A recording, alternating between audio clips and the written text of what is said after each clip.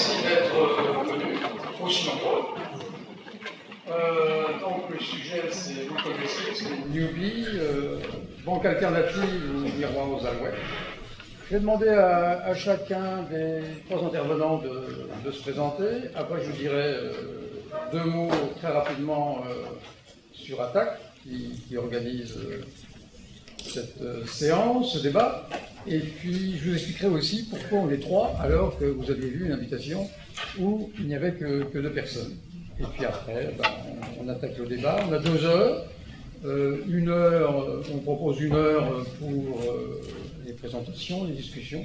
Puis après, 1 heure pour les questions de la salle. Voilà. Eh bien, je laisse la parole à Aline. Bonsoir, je m'appelle Aline Farès. Je suis une ancienne du secteur financier. Je travaillais presque 10 ans dans la banque Dexia, que vous connaissez peut-être, mais vous en avez peut-être entendu parler. J'y étais notamment pendant la période 2008-2011. Et depuis que j'ai quitté la banque, c'est-à-dire il y a 8 ans maintenant, je suis militante au CADTM, le comité pour l'abolition des déficits légitimes. J'ai également travaillé dans une ONG qui a installé à Bruxelles qui s'appelle Finance Watch sur la réglementation européenne, la réglementation financière européenne pendant 4 ans et demi, où j'ai fait du plaidoyer sur ces sujets-là. Et puis depuis, je travaille avec différents collectifs, que ce soit BFU C'est à nous, qui est une plateforme pour la socialisation de la banque BFU et contre sa privatisation, des collectifs, un collectif artistique qui s'appelle Désorceler la finance, qui peut faire notamment des rituels de désenvoûtement des finances, que vous avez pu passer à Bruxelles. Et puis j'ai également créé une conférence gesticulée sur les banques, la finance et nos moyens d'action qui s'appelle l'économie du net bancaire. Bonjour à tous. C'est une magnifique présentation super rodée. Je suis pas sûr que je vais pouvoir le citer. Je m'appelle Emmanuel Waclet. Je suis essentiellement prof à l'IEX, qui est une école de communication et de journalisme. À côté de ça, j'ai une formation à la fois de journaliste et je suis aussi docteur en information et communication. Et je tiens un blog d'économie politique où j'ai pris l'habitude depuis quelques années, même avant ça en publiant dans des organes de presse indépendantes, des articles qui tentaient de déconstruire. C'est un peu mon cheval de bataille, c'est déconstruire. Alors c'est pas déconstruire pour critiquer, pour tuer dans l'œuf des projets qui paraîtraient magnifique a priori, mais simplement parce que je pense qu'une illusion n'est jamais une solution, indépendamment de son caractère séducteur. Et donc peut-être que vous aurez pris connaissance d'un article que j'ai écrit il y a quelques semaines maintenant sur Newbie, et qui me vaudra peut-être la détestation d'une partie d'entre vous ce soir, mais j'espère pas trop, j'espère pas tant que ça. Voilà. En tout cas, je suis heureux d'être ici pour débattre sur ce projet-là. L'article, alors le titre c'était quoi? C'était ouais, il y a le cheval de Troie. L'ambulance et le cheval de Troie, je crois. Newbie, l'ambulance et le cheval de Troie, quelque chose de cet ordre-là. Voilà. Bonjour, moi je m'appelle Mathias Méral, j'ai 28 ans, je suis chef d'indice de formation et je suis chargé de mobilisation au sein de Newbie depuis 3 ans. Donc je suis le porte-parole plus ou moins officiel de Newbie autour de cette table. C'est un plaisir. Alors oui, pourquoi on est trois? On vous doit une explication. En fait, ça va.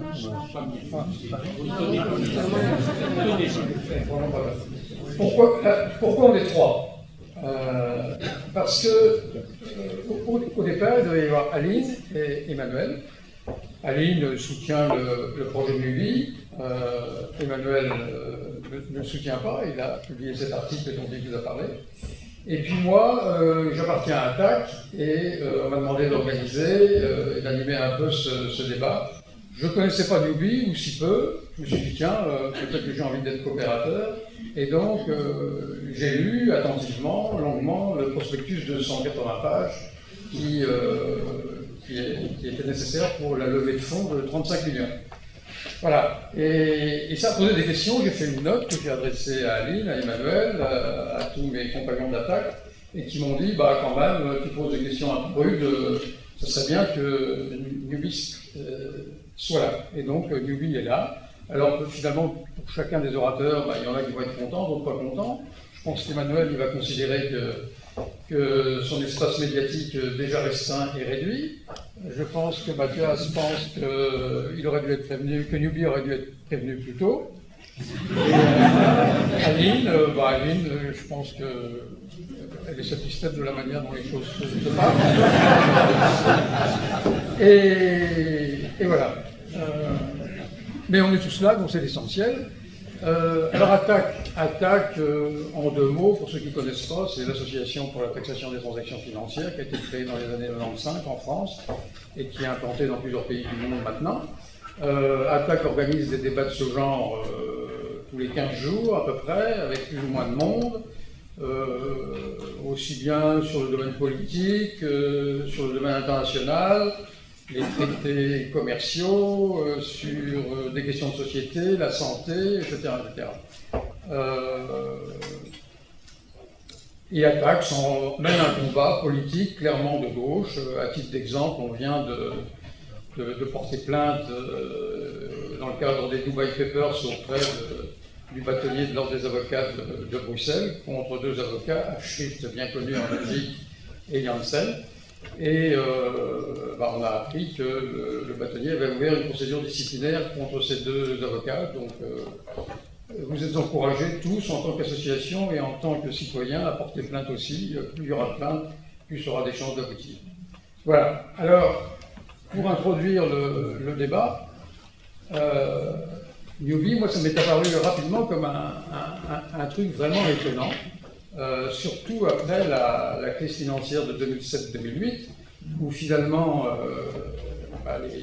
les financiers et les banquiers notamment, mais pas que, ont mis le monde à feu et à sang. Tous ceux qui devaient les contrôler leur ont donné un blanc-seing, les auditeurs, les fameux Big Four, ont approuvé les comptes sans réserve, et finalement tout a éclaté. Et voilà. Et maintenant, alors que les États sont venus au secours des banques, il est quand même assez étonnant, et que donc le citoyen a permis aux banques de ne pas faire faillite, eh bien, alors que, pour moi, mais c'est pas l'avis de tout le monde évidemment, le monde n'a pas changé, on est toujours dans le même environnement, eh bien, il y a des dizaines de milliers de citoyens qui veulent créer une banque. C'est quand même très étonnant. Nous, en tant que militants, Attaque ou autres, rassembler 80 personnes sur la place du palais de justice pour essayer de défendre Assange, on a du mal. L'évasion fiscale contre laquelle on mène un combat, ça a du mal aussi à coller. Et là, il y a un succès qui est vraiment considérable. Je parle sous le contrôle de Mathias, 72 000 personnes à peu près comme coopérateurs. Vous prévoyez en 2024 178 000, je crois, de mémoire. Donc, j'aimerais bien que chacun des débatteurs puisse expliquer finalement ce phénomène, avant qu'on plonge dans le débat proprement dit. Le débat proprement dit, on propose 2 parties, 2 grandes parties, à peu près à part égale. Newbie, c'est quoi aujourd'hui? C'est quoi demain? Selon chacun, plus quelques petites questions un peu pointues. Et puis la deuxième partie, un débat plutôt politique. Est-ce que c'est vraiment possible, selon chacune des personnes, de créer une banque coopérative dans un monde capitaliste néolibéral qui, a priori, n'a pas véritablement tiré de leçon de la crise de 2007 et de 2008. Donc, commençons par essayer de comprendre, en écoutant nos 3 débatteurs, pourquoi ce succès absolument incroyable. Qui veut commencer? Aline? Je ne prétends pas avoir la réponse de pourquoi ça a marché. Mais je voudrais partager quelques réflexions par rapport à ça. D'abord, dire que c'est pour moi ce qui a été le plus frappant dans l'histoire de Newbie depuis le début. moi je suis devenue coopératrice dans les premiers mois où Nubi a été créé il y a 6 ans, je crois. Et puis j'ai pris une petite souscription à la levée de fonds là maintenant, parce que je pense que c'est effectivement un mouvement qui est intéressant pour l'expérience, pour ce qu'il dit, etc. Mais effectivement, c'est quand même assez hallucinant de constater l'engouement qu'il y a pour ce projet. Comme je vous le disais, moi ça fait 8 ans que je travaille sur les mobilisations sur le sujet des banques, de la finance, la réglementation financière, la campagne Belfus est à nous, etc. On n'a jamais atteint une situation où les gens parlent de ça au bistrot, quoi. C'est vraiment impressionnant en fait le nombre de mails qui ont circulé en soutien à Nubi, qui venaient de gens, moi je ne l'ai pas envoyé par exemple autour de moi, mais j'en ai reçu plein en fait de gens autour de moi qui me disent qu'il faut absolument soutenir Nubi pendant la campagne de levée de fonds. Et c'est vrai que c'est effectivement très, très questionnant. Alors il y a des réflexions peut-être un peu évidentes, mais une des premières qui me vient, c'est que, et ce que j'ai constaté à force de faire du plaidoyer, mais surtout depuis quelques années, j'utilise le mot de vulgarisation sur le sujet des banques et de la finance, en tout cas trouver des formes, des formats qui permettent d'encourager une participation sur le sujet des banques et de la finance, encourager non plus un rejet de sujet, mais inviter les gens à se sentir légitimes dans ces discussions-là. Clairement, j'ai constaté que souvent, quand on parle de banque et de finance, la plupart du temps, la première réaction, c'est tourner la tête, regarder ailleurs, parce que en fait, ça saoule tout le monde. C'est très chiant comme sujet, c'est technique, depuis très longtemps, depuis qu'on est petit presque, on nous explique que c'est un champ qui réserve aux experts, qu'on n'a pas du tout mot à dire là-dessus, à moins d'être techniquement au point, et donc on se sent assez vite disqualifié sur ces enjeux-là. Il y a un rejet aussi qui est lié au fait que souvent, pour beaucoup de gens, l'évocation des banques, c'est une souffrance en fait, parce que c'est là que se manifeste, et c'est dans la relation avec les banques que se manifestent des problèmes quotidiens pénibles autour de l'argent, autour des factures, les découvertes, les comptes bloqués, les frais, etc. Donc c'est un endroit, un sujet qui est douloureux aussi. Et puis il y a peut-être aussi une idée assez largement partagée, notamment depuis 2011, je dirais, parce qu'en 2008, donc, il y a eu la crise financière. Pendant 3 ans, on a entendu les politiques nous dire plus jamais ça, ne quittez pas, on va s'en occuper, etc. Puis à partir de 2011, on a vu la facture arriver, quoi, avec les politiques d'austérité et avec tout ce que ça a impliqué de régression sociale, entre autres. Et donc, il y a peut-être, de manière assez largement partagée aussi, cette conviction qu'il n'y a rien à récupérer du système bancaire et financier, quoi. Que de ces gens-là, on ne peut rien attendre, qu'on n'arrivera pas à reprendre la main sur ce qu'ils font, parce que ça fait 10 ans qu'on essaye et visiblement ça ne marche pas, que nos institutions politiques ne sont pas faites pour une participation populaire, ne sont pas capables de mener à bien le projet de refonte profonde et radicale du système qui est véritablement destructeur, quoi. Et donc il y a je pense que dans Nubi, il y a ce côté proximité, c'est petit, ça commence, on peut être dedans, c'est nouveau, il y a quelque chose qui n'est pas entaché de toute la détestation qu'il peut y avoir de manière assez légitime sur le sujet des banques et de la finance. Et puis par ailleurs, il faut quand même reconnaître que tous les projets de création, des nouvelles choses, des nouvelles initiatives, on va faire autrement, on va faire, je sais pas, l'agriculture autrement, on va faire n'importe les magasins bio, les supermarchés, vous voyez toutes ces initiatives qui fleurissent et dont on entend beaucoup parler, même si elles ne représentent pas grand-chose dans la production aujourd'hui, dont on entend beaucoup parler, c'est quand même plus accessible de nouveau, peut-être plus rassurant aussi, et puis ça permet de s'impliquer, c'est plus accessible en fait que de se battre contre ce qui existe et qui est énorme. Parce que si on parle des banques et de la finance, je vais vous donner juste une donnée que j'ai trouvée. Donc, le marché bancaire belge aujourd'hui, c'est 375 milliards de crédits qui sont octroyés par les banques en Belgique. La seule Belfus, c'est 90 milliards de crédits. Et donc, effectivement, c'est des énormes entreprises. C'est un pouvoir d'influence énorme, ne serait-ce que parce que par le crédit, les banques, elles font des choix. Elles font le choix de financer telle ou telle chose ou telle autre. On l'a vu, la publicité Nubis a appuyé là-dessus. Elles ont vraiment un impact sur le monde dans lequel on vit, de choisir de financer telle activité plutôt qu'une autre. Et c'est un impact massif, vu les montants qui changent. On sait aussi que c'est des institutions qui ont, ceci étant lié à cela, un gros pouvoir politique, un gros pouvoir d'influence politique, d'influence sur la façon dont on fabrique les législations. Et c'est vrai que les années d'expérience qu'on a depuis la crise, de tenter d'influencer les réglementations bancaires et financières, elles se sont soldées par un échec retentissant en fait. Puisque, en gros, le système bancaire et financier n'a pas changé, qui est toujours aussi nocif, dangereux et sujet à nous exploser dans la figure, comme en 2007 et en 2008. Donc il y a quelque chose de très gros quand on pense aussi au fait que la banque Belfus, qui a été le résultat, pour refaire l'histoire très brièvement, Belfus à l'origine c'est Crédit Communal de Belgique, une banque qui a été créée au milieu du 19e siècle, une banque publique, qui a fonctionné à peu près correctement jusqu'aux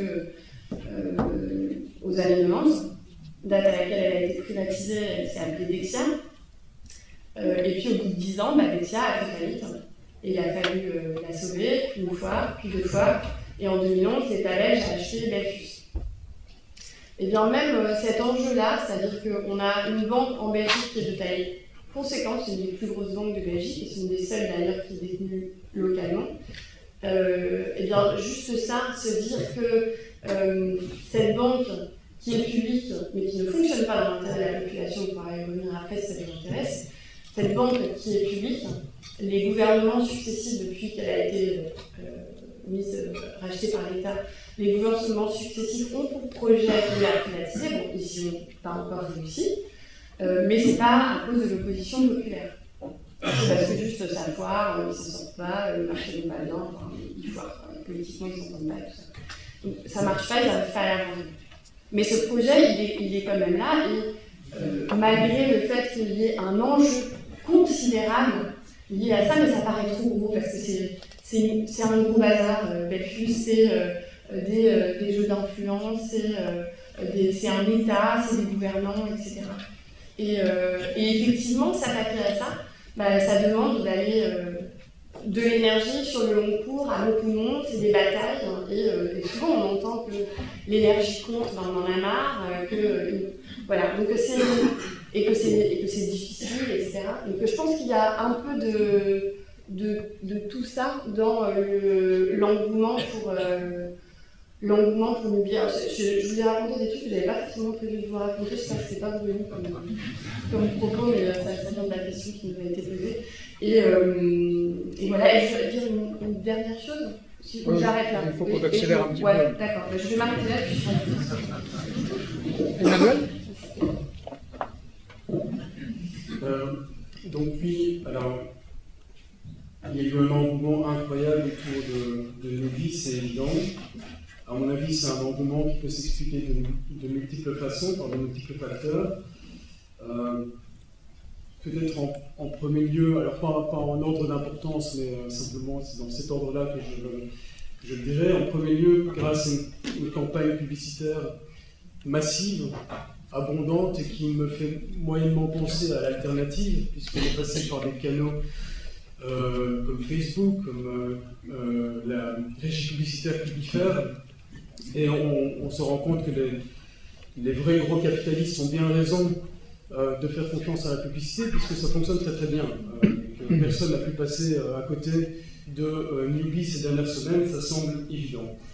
Alors un autre point, c'est que Nubis est perçu comme étant l'émanation de la société civile, du secteur associatif, et qu'il y a donc cette impression, justifiée ou pas, c'est à voir, que c'est donc un projet qui, d'une certaine façon, nous appartient, à nous citoyens, puisqu'il émane de la société civile. Évidemment, Newbie a su aussi mettre en place un discours, un champ lexical qui est un vrai catalogue de l'économie sociale et solidaire, avec un ensemble de valeurs qui fonctionnent comme des boîtes noires, qu'on n'a même pas besoin d'ouvrir pour aller voir exactement ce que ça veut dire, puisque de toute façon, le simple fait, la simple évocation devrait avoir valeur performative. Se dire transparent ferait de Newbie forcément le parangon de la transparence. Se dire solidaire en ferait quelque chose de nécessairement solidaire. Ce sont des choses qu'on pourra explorer par la suite, mais qui, à mon avis, posent vraiment question. Un autre point, c'est que sans doute suite à la crise de 2008, nous avons pu percevoir que l'origine même des problèmes auxquels on essaie de trouver des réponses, l'origine même devrait se trouver dans le secteur bancaire.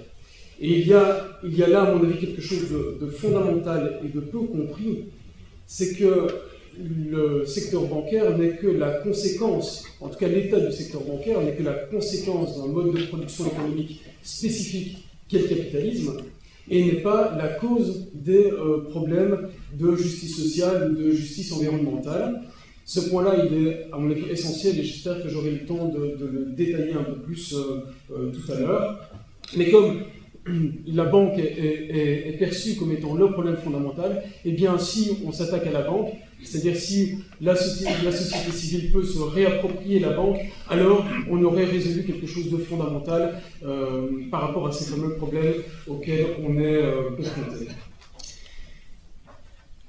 Newbie a permis aussi de cristalliser, à l'instar effectivement d'autres solutions qui nous ont été proposées ces dernières années, a permis de cristalliser une avidité de solutions, précisément par rapport à ces questions de justice sociale et de justice environnementale.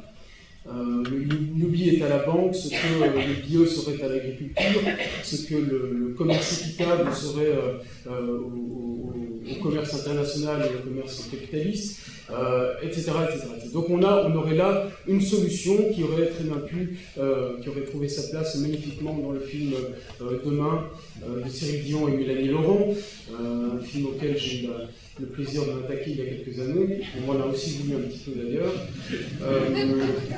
Je ne sais pas pourquoi. Mais donc voilà, ça cristallise une habilité de solutions. Et comme je le disais tout à l'heure, on adore les solutions, surtout quand elles nous donnent l'impression qu'on va pouvoir changer le monde sans risque et sans effort. Et c'est exactement ça avec Newbie, parce que comme je l'ai entendu, tout le monde a bien quelque part 100 € qui traînent, qui peut investir dans Newbie. Ce qui dit quelque chose d'ailleurs de la classe sociale qui peut investir son argent dans Newbie, ce qui dit aussi de qui nous sommes ici, nous, en termes de classe sociale, et je m'inclus complètement là-dedans. Regardez autour de vous et demandez-vous à quel point est-ce qu'on ne se ressemble pas un peu tous. Alors forcément, vous trouverez des exceptions, ce qui est magnifique, puisque ces exceptions-là, on pourra dire qu'elles confirment d'une certaine façon la règle. Donc, pouvoir avoir cette chance-là de changer le monde sans risque et sans effort, c'est évidemment très pratique quand on fait partie de la classe la plus privilégiée. Il est évident que quand on fait partie de la classe privilégiée, on n'a pas du tout envie de changer le monde avec des risques et avec des efforts. Hein, ça, c'est évident. Et la théorie politique qui est là derrière, c'est une théorie politique qu'on appelle le réformisme. C'est l'idée qu'on pourrait comme ça changer le monde pas à pas, par effet de tache d'huile, et que par voie de contagion, comme ça, on aurait un tout petit projet Newbie, mais tellement mignon et qui fonctionne tellement bien, et qui par voie de contagion va pouvoir comme ça atteindre tous les systèmes bancaires, et que de facto on aurait résolu la cause fondamentale de nos problèmes. Ce réformisme-là, c'est vraiment le point théorique fondamental auquel j'essaie de m'attaquer, ou en tout cas que j'essaie de déconstruire à travers les différents articles que j'écris. Et donc voilà, cette illusion de croire qu'on peut faire autrement sans risque et sans effort. Alors, je vais vous dire un truc, moi aussi j'ai envie d'y croire, hein. Franchement. Hein. Et moi, Newbie, je rêvais d'y croire, fondamentalement. J'aurais adoré arriver à la conclusion que ça fonctionne. précisément parce que j'ai pour valeur fondamentale des valeurs de justice sociale et des valeurs de justice environnementale. Le problème, c'est que j'essaie, tant que faire se peut, de garder une position rationnelle, c'est-à-dire que j'essaie d'accorder mes croyances, et ici mon envie d'y croire, avec mes connaissances, et tout ce que je peux essayer de récupérer comme type d'information, à la fois d'un point de vue théorique, et donc d'un point de vue structurel, et à la fois d'un point de vue pratique, c'est-à-dire d'un point de vue conjoncturel. Et j'ai ici devant moi, donc j'essaie de faire mon taf convenablement, j'ai essayé de récupérer différents éléments qui sont des éléments factuels et conjoncturels, faisant que je ne crois pas en newbie, et je suis ici à... Non, ne t'en va pas. Et j'en suis ici à 45 éléments factuels qui font que je suis en profond désaccord avec le projet qui est newbie, qui correspond complètement pour moi à une position réformiste, que je ne soutiens évidemment pas, que j'ai eu l'occasion de l'exprimer. Je pense que j'aurais fait aussi Kaline. Mais voilà. Comme de toute façon, je n'étais pas d'accord avec la présence de newbie ici parmi nous, qui avait déjà fait une telle campagne que son temps de parole était largement dépassé, et que par ailleurs, je suis en parfait accord avec Pierre Bourdieu et Chomsky à sa suite, qui vont expliquer pourquoi est-ce qu'il refusait d'encore aller à la télévision, sachant que prendre le temps de développer une pensée hétérodoxe est vraiment compliqué, parce que précisément, il faut commencer par casser une série de stéréotypes pour arriver à construire une pensée après coup. Il ne me semblait pas nécessaire de donner encore une fois la voix et du temps de parole à Newbie, qu'il avait déjà eu plus que de raison à mon avis. Alors à toi, Mathias.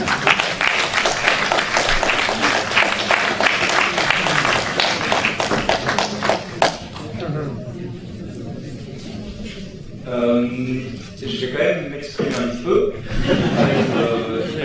Comme ça, je ne fais pas les fous de mon camarade de la boîte. Ça n'a rien de personnel.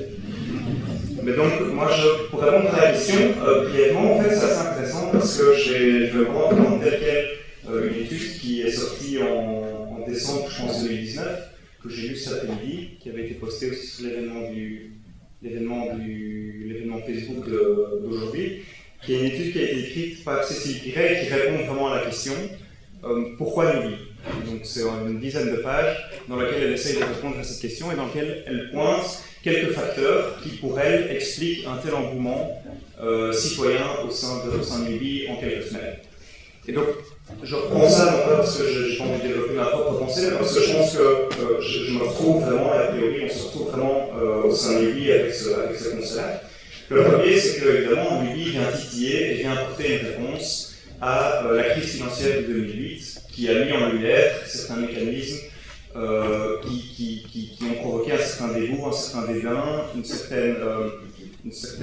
certain sentiment de changement nécessaire au sein de la population et qui, jusqu'à présent, en tout cas ici en Belgique, n'a pas émané en une solution concrète, à la fois structurelle, mais en termes d'initiative. Et donc je pense que ce besoin au sein de la population, suite à ce dégoût, suite à cette émotion de ras-le-bol de la crise, d'avoir un acteur bancaire qui soit au service de l'économie réelle et qui agit avec des logiques différentes, il est très fort. Et donc je pense que Newbie apporte une réponse à ce constat-là, et ça s'est vu titiller la campagne de Newbie aussi pendant la semaine de novembre et d'octobre.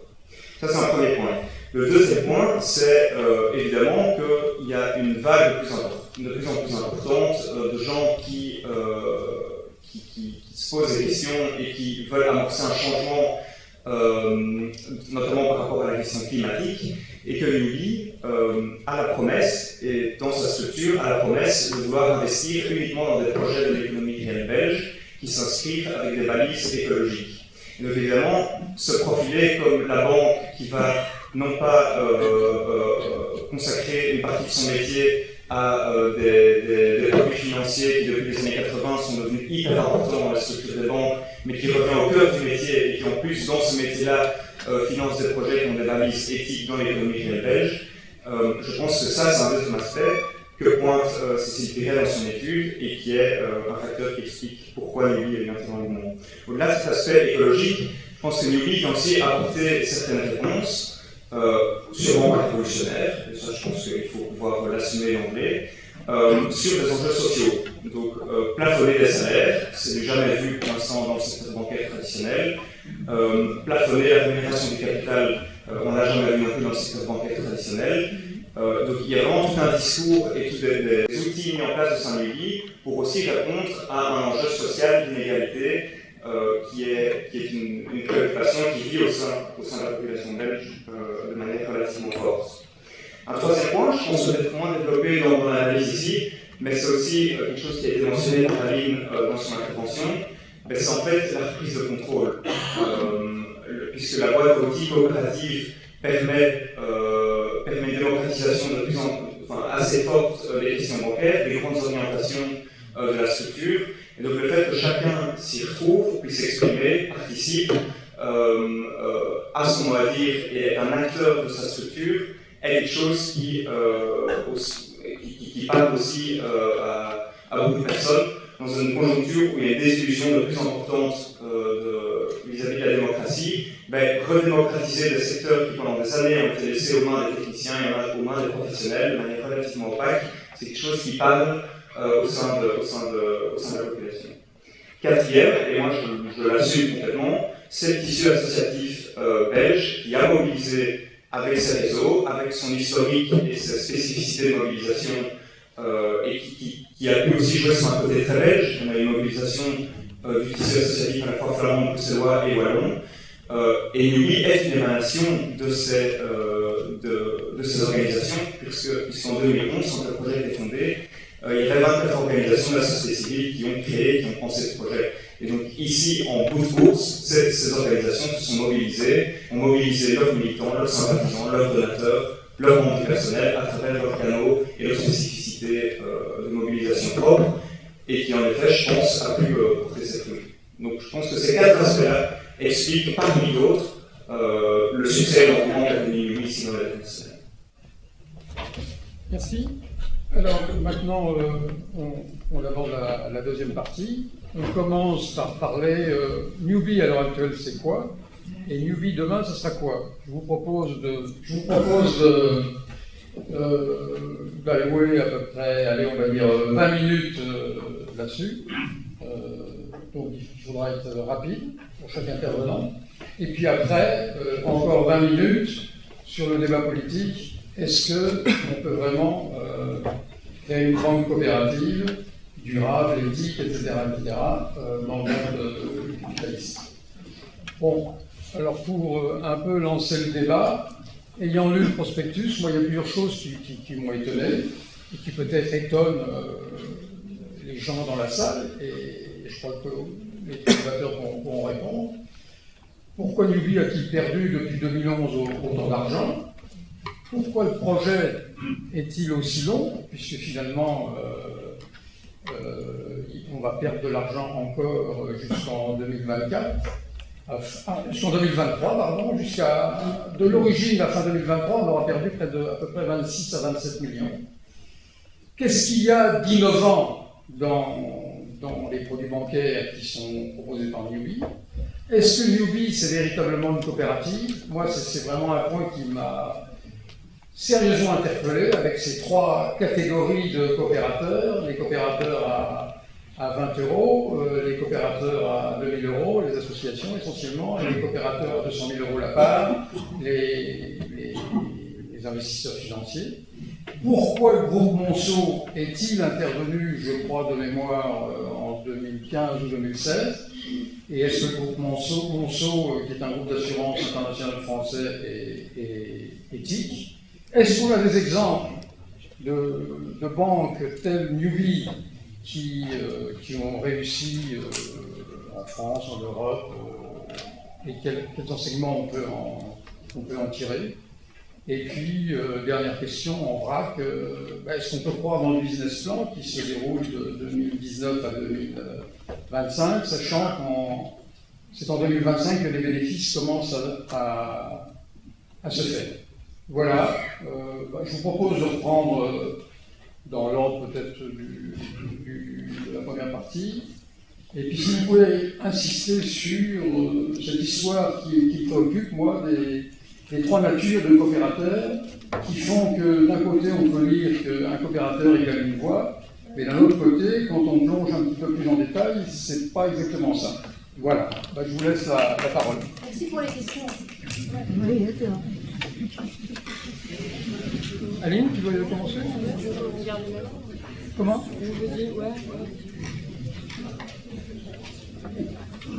Bon, alors Newbie, c'est quoi? Pour l'instant, Newbie, c'est un agent intermédiaire qui a promis de distribuer des assurances françaises. Donc voilà, c'est Newbie aujourd'hui. Enfin non, il y a aussi une carte prépayée, mais qui ne distribue plus. Voilà, je ne sais pas pourquoi, il faudrait peut-être que Mathias nous l'explique. Mais voilà, pour l'instant, c'est ça. Donc c'est distribuer des assurances, et factuellement, ça ne marche pas. Hein. Vous pouvez regarder en prospectus le nombre d'assurances qui ont été souscrites. Vous verrez que c'est un échec cuisant. Peut-être que là, Mathias pourra nous expliquer aussi pourquoi.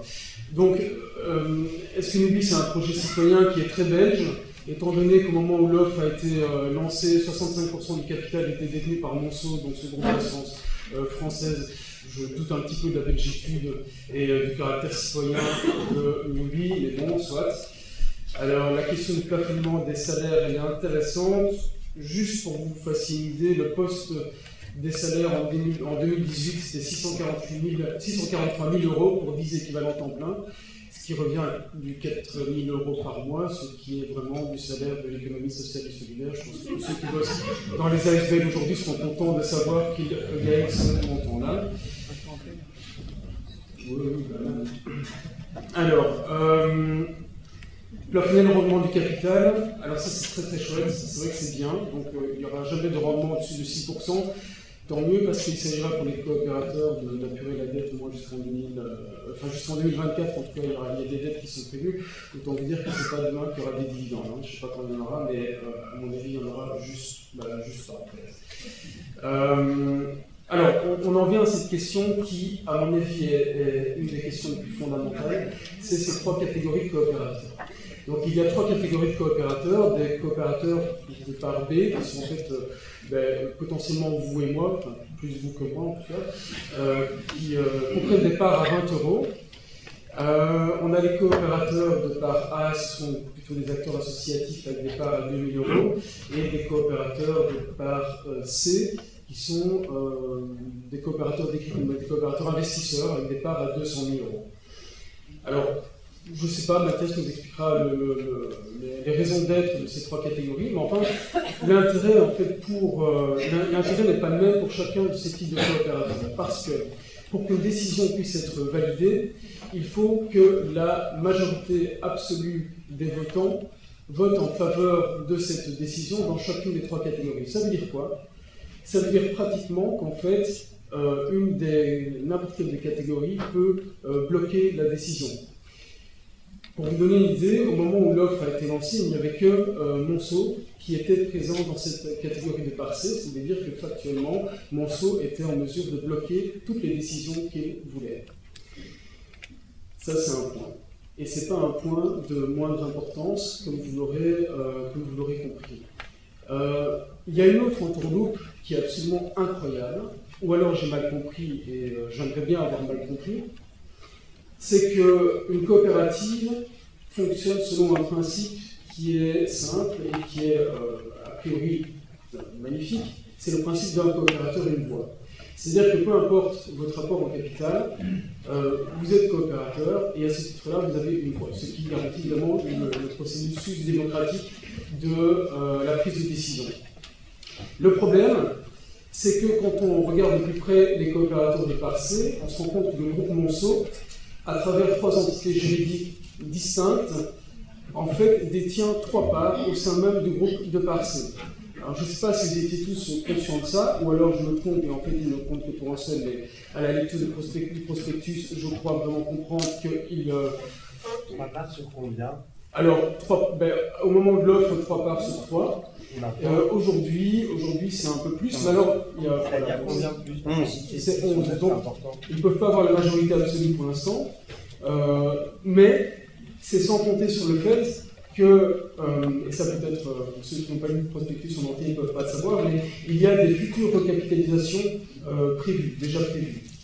Ça veut dire quoi? Ça veut dire qu'il n'est pas impossible que Monceau nous sorte encore des entités juridiques différentes, hein, des S, je ne sais pas trop quoi, pour s'assurer en réalité d'avoir un poids dans ce processus décisionnel beaucoup plus important que ce que devrait permettre le principe même de coopérative. Alors là, peut-être que évidemment je suis dans la théorie du complot. Cela dit, les 3 actionnaires pour un seul groupe qui est le groupe Monceau, c'est pas de la théorie du complot, et ça pose, enfin, c'est une deuxième gigantesque entorse au principe même de coopérative. Qu'est-ce que je voulais dire d'autre? J'ai peut-être déjà été passant, je vais quand même revoir mes notes rapidement. Mais quand je prends des notes ici... Emmanuel, oui. on va peut-être essayer de... D'accord. Non, si je voulais encore dire une petite chose. Je peux 2 minutes. 2 minutes? Il faut qu'on essaye de respecter le planning. Ouais, bon. Merci. J'en mets pas mon nom. Non, mais tu peux continuer 2 minutes, hein. Pas de problème. On t'écoute. Juste une dernière petite chose. Dans le prospectus, Newbie nous explique qu'il y a beaucoup déjà d'exemples, de très nombreux exemples de banques coopératives et éthiques qui fonctionnent bien, et donc il n'y a pas de raison de s'inquiéter du business plan et de la rentabilité possible de Newbie dans le futur. Parmi ces banques-là, ces banques coopératives et éthiques, bon, on en trouve plusieurs. Je n'ai pas fait de milliards de recherches sur ces banques-là, mais enfin j'en ai pris une au hasard. J'ai pris le Crédit Coopératif en France. J'ai été assez paresseux, c'est juste pour pouvoir lire en français, comme ça je ne me cassais pas trop la tête.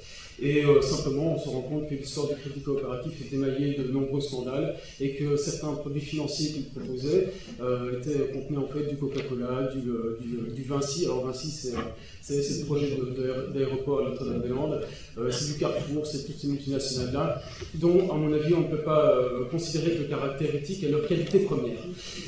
Ce paragraphe-là, dans le prospectus de Newbie, ce paragraphe-là se termine par la mention selon laquelle il voulait pouvoir prendre exemple sur des banques comme celle-là.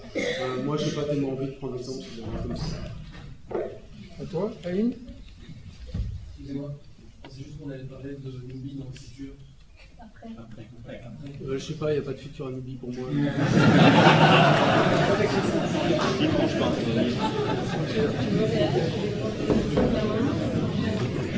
Soit je réponds aux questions soit je réponds à ce que lui a fait, mais c'est pas la bonne méthode d'avoir un débat.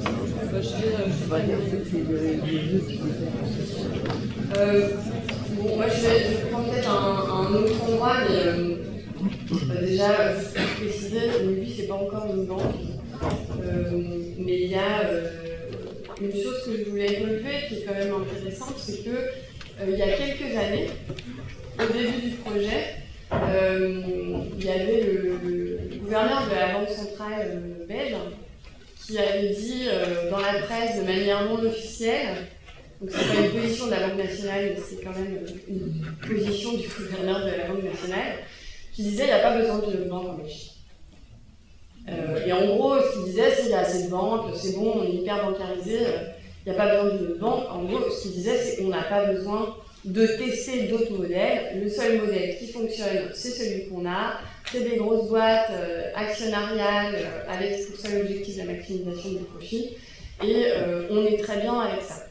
Et je voulais rajouter ça parce que je trouve que rien que ce point-là est quand même intéressant, c'est que on a ici la possibilité de dire bah, si, il peut y avoir des alternatives. Bon, cela étant dit, comme je le disais tout à l'heure, la portée de l'action, quand on voit la taille d'une banque qu'on crée de rien, sera forcément très petite et mettra beaucoup de temps à grandir avant de représenter quelque chose d'à peu près significatif dans le secteur bancaire tel qu'il est, qui est immense. Mais l'autre chose qu'il faut voir, c'est que quand on a lancé Belfius cette année, une des choses qu'on disait et qu'on dit toujours et qu'on essaie de mettre en avant, c'est qu'effectivement là, pour le coup, si une banque qui a aujourd'hui un objectif de maximisation du profit, puisque c'est comme ça que l'État la gère, demain a un objectif de transformation sociale, disons, au sens très large, réduire ses activités de marché, par exemple, à peau de chagrin, réduire les activités nuisibles à peau de chagrin, et puis aller vers des financements qui ont un sens du point de vue des collectivités publiques, du point de vue de la population, etc. Bon, bah là, on a un autre impact. Mais déjà, avec Belfus, on se disait, mais comment on va faire pour... si on y arrive, disons qu'on y arrive, on arrive à socialiser Belfus. Comment on fait pour faire survivre notre petit dauphin au milieu des requins? Une banque qui a 90 milliards de crédits sur le marché, qui est une des 4 plus grosses banques de Belgique. On se posait déjà cette question-là en se disant, en fait, c'est vraiment très difficile. Et donc, ce que je voudrais dire là, c'est qu'avec Nubie, comme avec n'importe quelle autre transformation à l'intérieur du système, il y aura en permanence une tension. Il y a dans le secteur bancaire, pour n'importe quelle banque, elle doit se brancher au tuyau du secteur.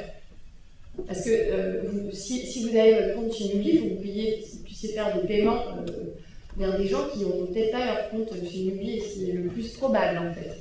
Donc vos paiements bancaires, vos virements, etc. Donc une banque, elle doit être branchée au reste du secteur. Elle ne peut pas être indépendante du reste du secteur. Elle ne peut pas faire sa vie de son côté. Elle doit obtenir des agréments d'institutions qui sont complètement dans un fonctionnement lié à la banque telle qu'on connaît, c'est-à-dire qui a des règlements, qui applique des réglementations, des règlements, des mécaniques de contrôle, etc., qui sont adaptés aux grosses multinationales de la finance et des banques, qui ne sont pas du tout adaptés à des petites structures, et qui vont donc être complètement, potentiellement asphyxiantes pour des petites structures. Donc c'est extrêmement difficile de survivre aussi de ce point de vue-là. Comme effectivement on part de zéro, il y a des choses qui ne peuvent pas être lancées tout de suite, comme par exemple les produits d'assurance, comment une banque en création peut lancer ses propres produits d'assurance. Là, en l'occurrence, je comprends probablement, ça a été créé pour générer un peu de revenus en attendant d'être banque, mais ça ne pourra être qu'une partie d'une offre qui doit commencer par des fonctions de base. Donc tout ça signifie qu'il faut signer des partenariats en fait. Sinon, on n'existe pas en tant que petite banque qui se crée comme ça de rien. Et puis, il y a aussi, bien sûr, la question que tu soulevais de la levée de fonds. Et des levées de fonds comme celle qu'on a vue en novembre, il n'y en aura pas non plus toutes les semaines. Et effectivement, Nubie aura probablement plus facile à s'orienter vers des investisseurs institutionnels. Alors, ça va, on n'est pas encore dans BNP Paribas qui investit dans Nubie. Il y a de la marge entre des gros investisseurs institutionnels, privés, avec des objectifs très pressants de maximisation du profit, et par exemple des institutions publiques qui investissent dans Nubie, comme la liste des 8 autres membres du collège des institutionnels. Donc voilà, mais tout ça pour dire qu'il y a quand même, par plein d'aspects et par la nature même de la fonction bancaire, en fait, on est face à une entreprise qui se crée certes avec plein d'espoir et des ambitions, etc. Et aussi un élan qui n'est pas de gens, on n'est pas habitué en fait à se confronter à ces sujets banque et finance, mais tout ça se déploie dans un monde qui est ultra hostile, vraiment hyper hostile et qui est contraire à l'aspiration de Nubie. Et donc, en face de ça, qu'est-ce qu'on est capable de mettre en fait? Est-ce qu'il y a il y a plein d'histoires de coopératives qui sont complètement barrées en sucette dans le temps, en fait. Il y a, je pense par exemple, il y a une banque du peuple, Banca del Popolo, c'est un peu loin, c'est cette île-là, bref, je ne vais pas la retrouver tout de suite. Comment? La banque du travail. Au Costa Rica. Au Costa Rica, c'est une banque coopérative en fait qui est la propriété de tous les travailleurs et les travailleuses du Costa Rica. Et en fait, cette banque coopérative, au fur et à mesure des années, puisqu'il n'y avait pas de participation en fait dans la coopérative spécialement, elle était gérée par des gestionnaires de la banque. Et ben, elle s'est éloignée petit à petit de compromission en compromission de son objectif de départ. Mais compromissions qui sont assez évidentes si on est dans la gestion quotidienne d'une banque et qu'on est dans toutes ces pressions de la concurrence, des partenaires, des investisseurs, des institutions de contrôle, etc. Si on n'a pas de contrepoids de l'autre côté, de pouvoir qui s'exprime, qui s'exerce, qui discute, qui propose, ça va forcément partir dans la mauvaise direction. Et en fait, ces coopérateurs, à un moment donné, voyant que ça partait vraiment dans la mauvaise direction, ont repris en main l'appareil coopératif, qui était cette coopérative-là, et l'ont réorienté dans une direction qui leur convenait mieux. Il y a effectivement, contre-exemple, en France, la France se dit statistiquement comme une banque où il y a beaucoup de coopératives et de banques mutualistes, mais il n'y a pas de banques coopératives et de banques mutualistes qui ne sont en France, puisque toutes ces banques sont dans des groupes bancaires internationaux dont les objectifs sont la maximisation du profit, qui sont cotés en bourse, et le crédit coopératif fait partie, puisque le crédit coopératif fait maintenant partie du groupe Banque et Caisse d'épargne Natixis, qui est un des groupes qui a le plus trinqué pendant et fait de bêtises au moment de la crise financière. Et donc voilà, il y a cette tension-là entre l'aspiration et la réalité du système bancaire, elle va être permanente. Et si les coopérateurs et les coopératives de Nubie se disent ça y est, c'est bon, on l'a, et puis on laisse couler, c'est ce qui va se passer avec la banque. Donc voilà, la question se pose plutôt de comment faire effectivement pour qu'un tel outil soit une véritable banque coopérative.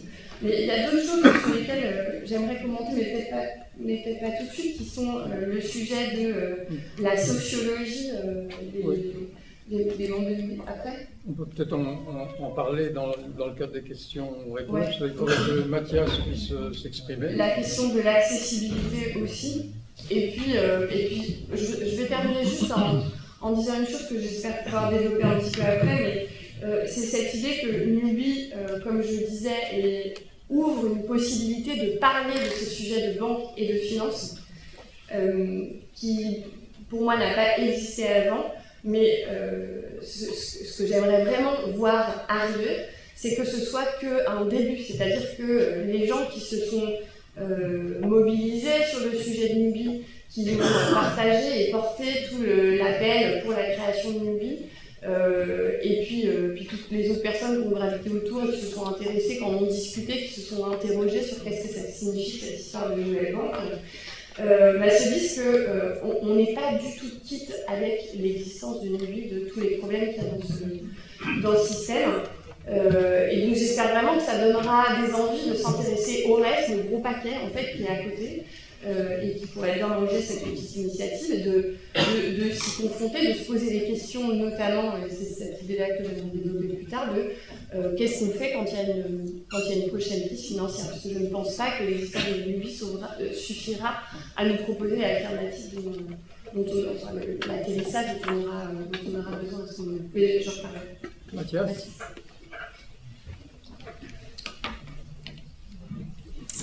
Ouais, donc quelques points peut-être pour répondre aussi aux questions que tu soulevais tout à l'heure. Donc pourquoi est-ce qu'on a perdu autant d'argent? Et donc en effet, au compte de juin 2010 ou 2009, on en était à plus de 10 millions d'euros de pertes. En fait, la situation est facilement explicable. Pour créer une banque, il faut, d'entrée de jeu, se créer un passage auprès des autorités de contrôle. En l'occurrence, ici, pour Nubie, c'est la Banque nationale de Belgique, qui est l'autorité de contrôle qui supervise le marché bancaire en Belgique. Et donc, toute personne, tout projet qui veut créer une banque doit d'abord être la bienvenue au sein de la Banque nationale de Belgique pour pouvoir soumettre ce plan et commencer à respecter une série de réglementations à l'œuvre pour devenir banque. Cette étape-là, elle n'a pas eu lieu de 2011 à peu de choses près 2016.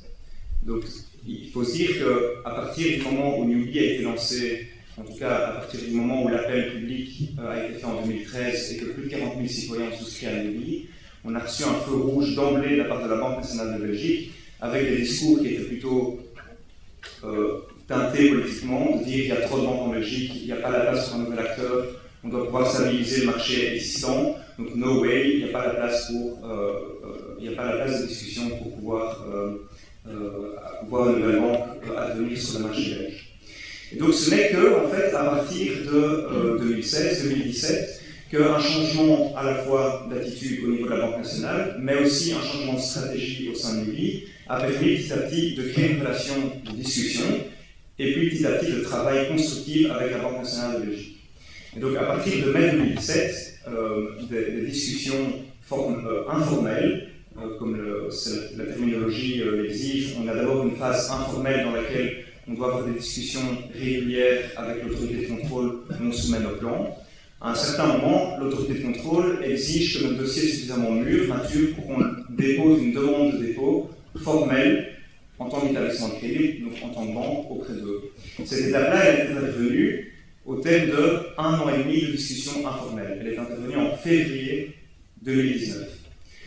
Donc, ce qu'il faut se dire, c'est pourquoi est-ce que ça a mis autant de temps? En fait, tout simplement parce qu'au début, on n'était pas les bienvenus, on ne voulait pas discuter avec nous, et soit on abandonne, soit on continue et on change de stratégie, et c'est ça, c'est cette piste-là que l'UBI a choisi. L'UBI recevait les signaux de pouvoir d'abord, au-delà des idéologues, comme en 2013, c'était aussi une campagne de communication qui s'était faite, une grosse campagne de ralliement, de pouvoir prouver qu'elle savait faire une étude de marché, développer des produits, travailler avec des fournisseurs, se structurer avec une gouvernance professionnelle, pour par après prétendre devenir une banque. Et donc, on a une phase intermédiaire où on a lancé une carte de paiement sur le marché belge. Par après, on a commencé à distribuer des produits d'assurance sur le marché belge. Et ces phases-là ne sont qu'une phase intermédiaire qui nous ont permis, à un moment, d'être le bienvenu auprès de la Banque nationale pour pouvoir avoir des discussions informelles et formelles sur le fait de devenir banque, ce qui est ce que tout le monde attendait. Ce qui, par ailleurs, explique, et ça, les nombreuses enquêtes qu'on a fait en témoignent, le non-succès des produits d'assurance jusqu'à présent. Il faut être transparent par rapport à ça. On a commencé à commercialiser des produits d'assurance il y a déjà presque 2 ans, et l'engouement pour ces produits-là n'est pas du tout manifeste. Donc ça, on est transparent par rapport à ça. Ce qu'on pense, c'est qu'il y a une frilosité de la part des coopérateurs qui attendent une banque, c'est-à-dire un compte épargne, un compte courant, des prêts et des moyens de paiement, à d'abord souscrire à des produits d'assurance, surtout avec une fragilité du projet, où on voyait que le projet n'avançait pas, etc. Donc il y avait une frilosité à souscrire à des produits d'assurance, ce qui, on pense, une fois qu'on aura la licence bancaire et qu'on sera accrédité en tant que banque, pourra vraiment changer, puisque là on sera vraiment un acteur qui aura les 2 pieds stables sur le marché et qui pourra commercialiser des produits d'assurance avec les volumes qu'on a mis dans notre plan d'affaires. Mais donc, oui, en fait, créer une banque, ça met du temps. Et si vous allez regarder ailleurs, si vous allez regarder Argenta, combien de temps est-ce qu'ils ont mis dans les années 50 pour obtenir leur licence bancaire, on est à 8 ans.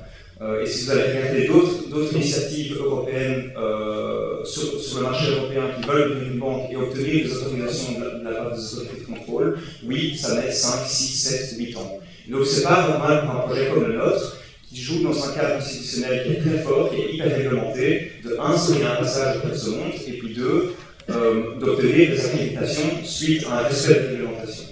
Et donc c'est ça que nous, on a fait ici, que l'équipe a fait depuis 2 ans, on a respecté toutes les réglementations à l'œuvre pour pouvoir prétendre devenir une banque, de la sécurité informatique à la gouvernance, à notre plan d'affaires, aux exigences réglementaires en termes de fonds propres, c'est la grande levée qu'on a fait ici dernièrement. Et c'était la dernière étape, le dossier est complet, est maintenant transmis à la Banque Centrale Européenne, et on attend un oui ou un non de la part de la Banque Centrale Européenne. Et là, ça va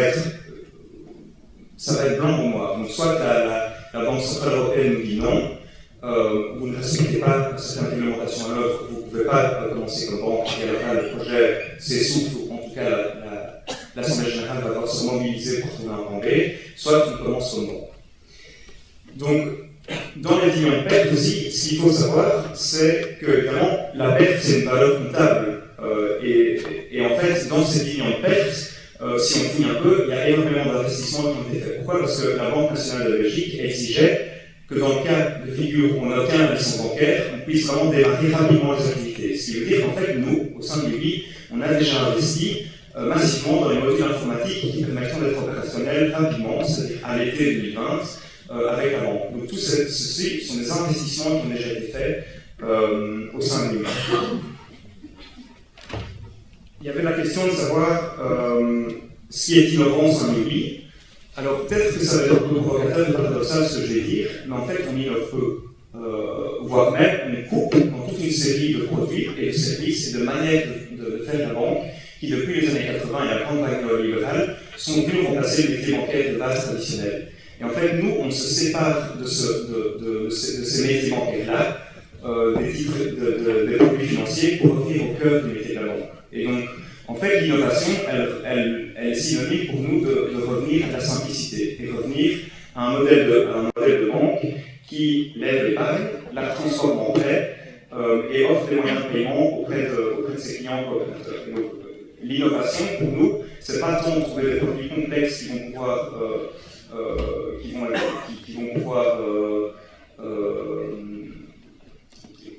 parler à des segments relativement petits de la population, mais c'est revenir à des produits de base qui, en fait, pour le commun des Belges, le commun des mortels, est utile et nécessaire.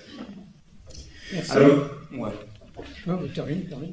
Mais ouais, d'autres questions que tu as posées, l'idée c'est de pouvoir les répondre maintenant, par rapport au collège et à 1 minute 30, ou alors on essaie de les aborder dans le cadre de... Ok, sur les collèges, c'est quelque chose qui a été, la division entre collèges, c'est quelque chose qui a été pensé par les fondateurs de l'UBI, donc surtout ces organisations de la société civile, et qui pensaient qu'il était intéressant de pouvoir avoir un collège de citoyens, un collège d'organisations de la société civile, et un collège d'institutionnels qui témoignent d'une expertise institutionnelle ou financière. Pourquoi? Parce que c'est dans l'identité de l'UBI d'avoir à la fois cette expertise sociétale, et à la fois cette expertise financière. Et donc la séparation en collège a été motivée par cette volonté initiale-là des fondateurs. En fait, cette division en collège, elle permet aussi je peux peut-être pas nécessairement c'est peut-être pas hyper important de le dire maintenant, mais en fait, par rapport aux critiques, en effet, je pense que le fait qu'il y ait que 3 acteurs institutionnels et les 3 qui appartiennent à Monceau dans le collège des institutionnels, avant la campagne, était problématique. Et il était problématique, pourquoi? Parce qu'en effet, à 3, le groupe Monceau, étant seul dans le collège, avait un pouvoir de blocage dont les autres collèges ne disposaient pas. Donc bien sûr, c'était problématique. Pour information, le groupe Monceau, c'est le fruit de plus de 160 contacts qui ont été pris à partir de 2014 pour trouver des acteurs institutionnels qui voudraient bien entrer dans l'UBI. Et c'est le seul qu'on a accepté sur notre screening éthique. Alors il n'était pas assez révolutionnaire. Pour nous, Monceau est une structure qui répond à nos critères éthiques. C'est une boîte qui n'est pas cotée en bourse, qui a une vision de la démocratie décentralisée qui est hyper stimulante, la manière dont leurs AG et leur décentralisation de la prise de décision est prise. Et ils ont investi 10 millions d'euros qui en réalité sont perdus au sein de l'UBI. Et donc la volonté de l'UBI, enfin la volonté de Monceau d'investir 10 millions d'euros n'est pas du tout de faire entrer le grand capital au sein de la structure et pouvoir accapar le pouvoir au sein de l'UBI, parce qu'en réalité, ces 10 millions d'euros, ce sont à utiliser depuis 2014 pour pouvoir lancer les activités bancaires. Ils ont toujours été hyper soutenants au sein des assemblées générales. Ok, merci. Alors, on va passer à la deuxième partie. Je propose, on a plus du retard, 5 minutes par personne sur le thème « Est-ce que vraiment c'est possible de créer une banque éthique durable dans le monde capitaliste ?» Je rappellerai trois points d'actualité. J'entends aujourd'hui, en préparant le débat, que la France, l'Allemagne et BlackRock ont décidé de coopérer ensemble. BlackRock, c'est le plus grand fonds d'investissement au monde, avec 6 000 milliards, 3 fois le PIB français de fonds. La crise financière, tout le monde la prévoit sans trop savoir quand elle va se passer. Et les établissements bancaires petits auront évidemment plus de difficultés à résister que les autres. Et puis, on sait que les difficultés, tu nous l'as expliqué Mathias, pour créer une banque dans ce monde capitaliste où il y a des règles, font qu'on est obligé de donner des coups de canif à la pureté, si je puis dire. Exemple, la BNB, si j'ai bien compris, je parle sous ton contrôle, Mathias, vous impose de choisir Deloitte pour un certain nombre d'audits externes, Et Deloitte, c'est quand même le plus gros cabinet mondial de conseil, d'audit et d'évasion fiscale. C'est même le plus gros fisco-trafiquant du monde. Donc on voit bien les contraintes que ça pose. Donc à la lumière de tout ça, eh bien, 5 minutes pour chacun pour expliquer si oui ou non c'est possible de lancer un projet comme ça et surtout de le faire réussir dans le monde capitaliste. 5 minutes, pas plus chacun. Et après, on passe aux questions. Alors ici, réussir, ça veut dire faire en sorte que le secteur bancaire coopératif, à partir de l'UBI, devienne conséquent, comme c'est le cas par exemple dans un pays comme l'Allemagne, où c'est presque 20% du secteur. Je ne pense pas que ce sera possible vu le contexte actuel. Et que l'UBI, en tout cas l'idée de l'UBI qui a apporté les gens qui l'ont soutenu, ne suffira pas si on s'appelle progresse. D'une manière ou d'une autre. Et donc, autant je soutiens l'UBI, mais je pense que ce n'est pas à la taille des enjeux. Mais je pense que ça crée un espace pour parler de tout le reste. Et juste moi, ça m'intéresse grandement pour ça aussi, pour l'expérience qu'on fait en tant que coopérateur, coopératrice, ou juste constatant ce qui se passe et observateur ou observatrice de ce qui se passe avec l'UBI. On apprend des choses, ça nous amène à des questions, on découvre des réalités, de comment ça fonctionne. Enfin, voilà. Et puis il y a aussi des espaces comme maintenant, il y a des endroits où maintenant on parle de tous ces sujets-là. Mais pour moi, si on veut véritablement opérer un changement, c'est vraiment à l'instant d'une crise financière, ou en tout cas d'un stress conséquent sur les marchés financiers qui mettrait à risque une grosse banque. Là, on est face à des événements qui sont potentiellement vraiment transformateurs et qui pourraient permettre à des initiatives comme l'UBI ou plein d'autres de se développer. Et je veux vraiment l'amener ici, même si ça nous amène un petit peu plus loin, parce que je pense que c'est vraiment au cœur de la question. Si on a une crise financière, qu'est-ce qui va se passer? On va avoir au moins une grosse banque, si pas plusieurs, qui vont se retrouver dans une situation comme celle qu'on a vue en 2008, c'est-à-dire une situation de potentielle faillite. Et que, étant donné que c'est des banques qui détiennent l'essentiel des dépôts de la population, dont on est dépendante pour les systèmes de paiement, donc retrait de cash, transfert, utilisation de cartes, etc. Donc on est dépendant, on a l'argent qu'on utilise tous les jours dans ces banques-là, enfin bref, on est sommé de les sauver, ces structures, mais en les sauvant, en fait, si on le fait comme on l'a fait en 2008, en les sauvant, on sauve tous les créanciers de ces banques qui prêtent à ces banques pour qu'elles déploient des activités dont, d'une part, nous n'avons absolument aucun intérêt à les voir exister et qui, en plus, sont extrêmement nocives et destructrices, à plein d'égards. S'il y a crise financière, on pourrait s'autoriser à exiger de ne sauver que ce qui nous est essentiel et de laisser tomber le reste. Laisser tomber le reste, ça veut dire abandonner ses créanciers. Le gros problème, et c'est la magie du système capitaliste, c'est que cette partie qu'on ne sauverait pas, cette partie qu'on ne sauverait pas, eh bien, c'est pas seulement des très gros qui sont détenteurs et qui prêtent aux banques.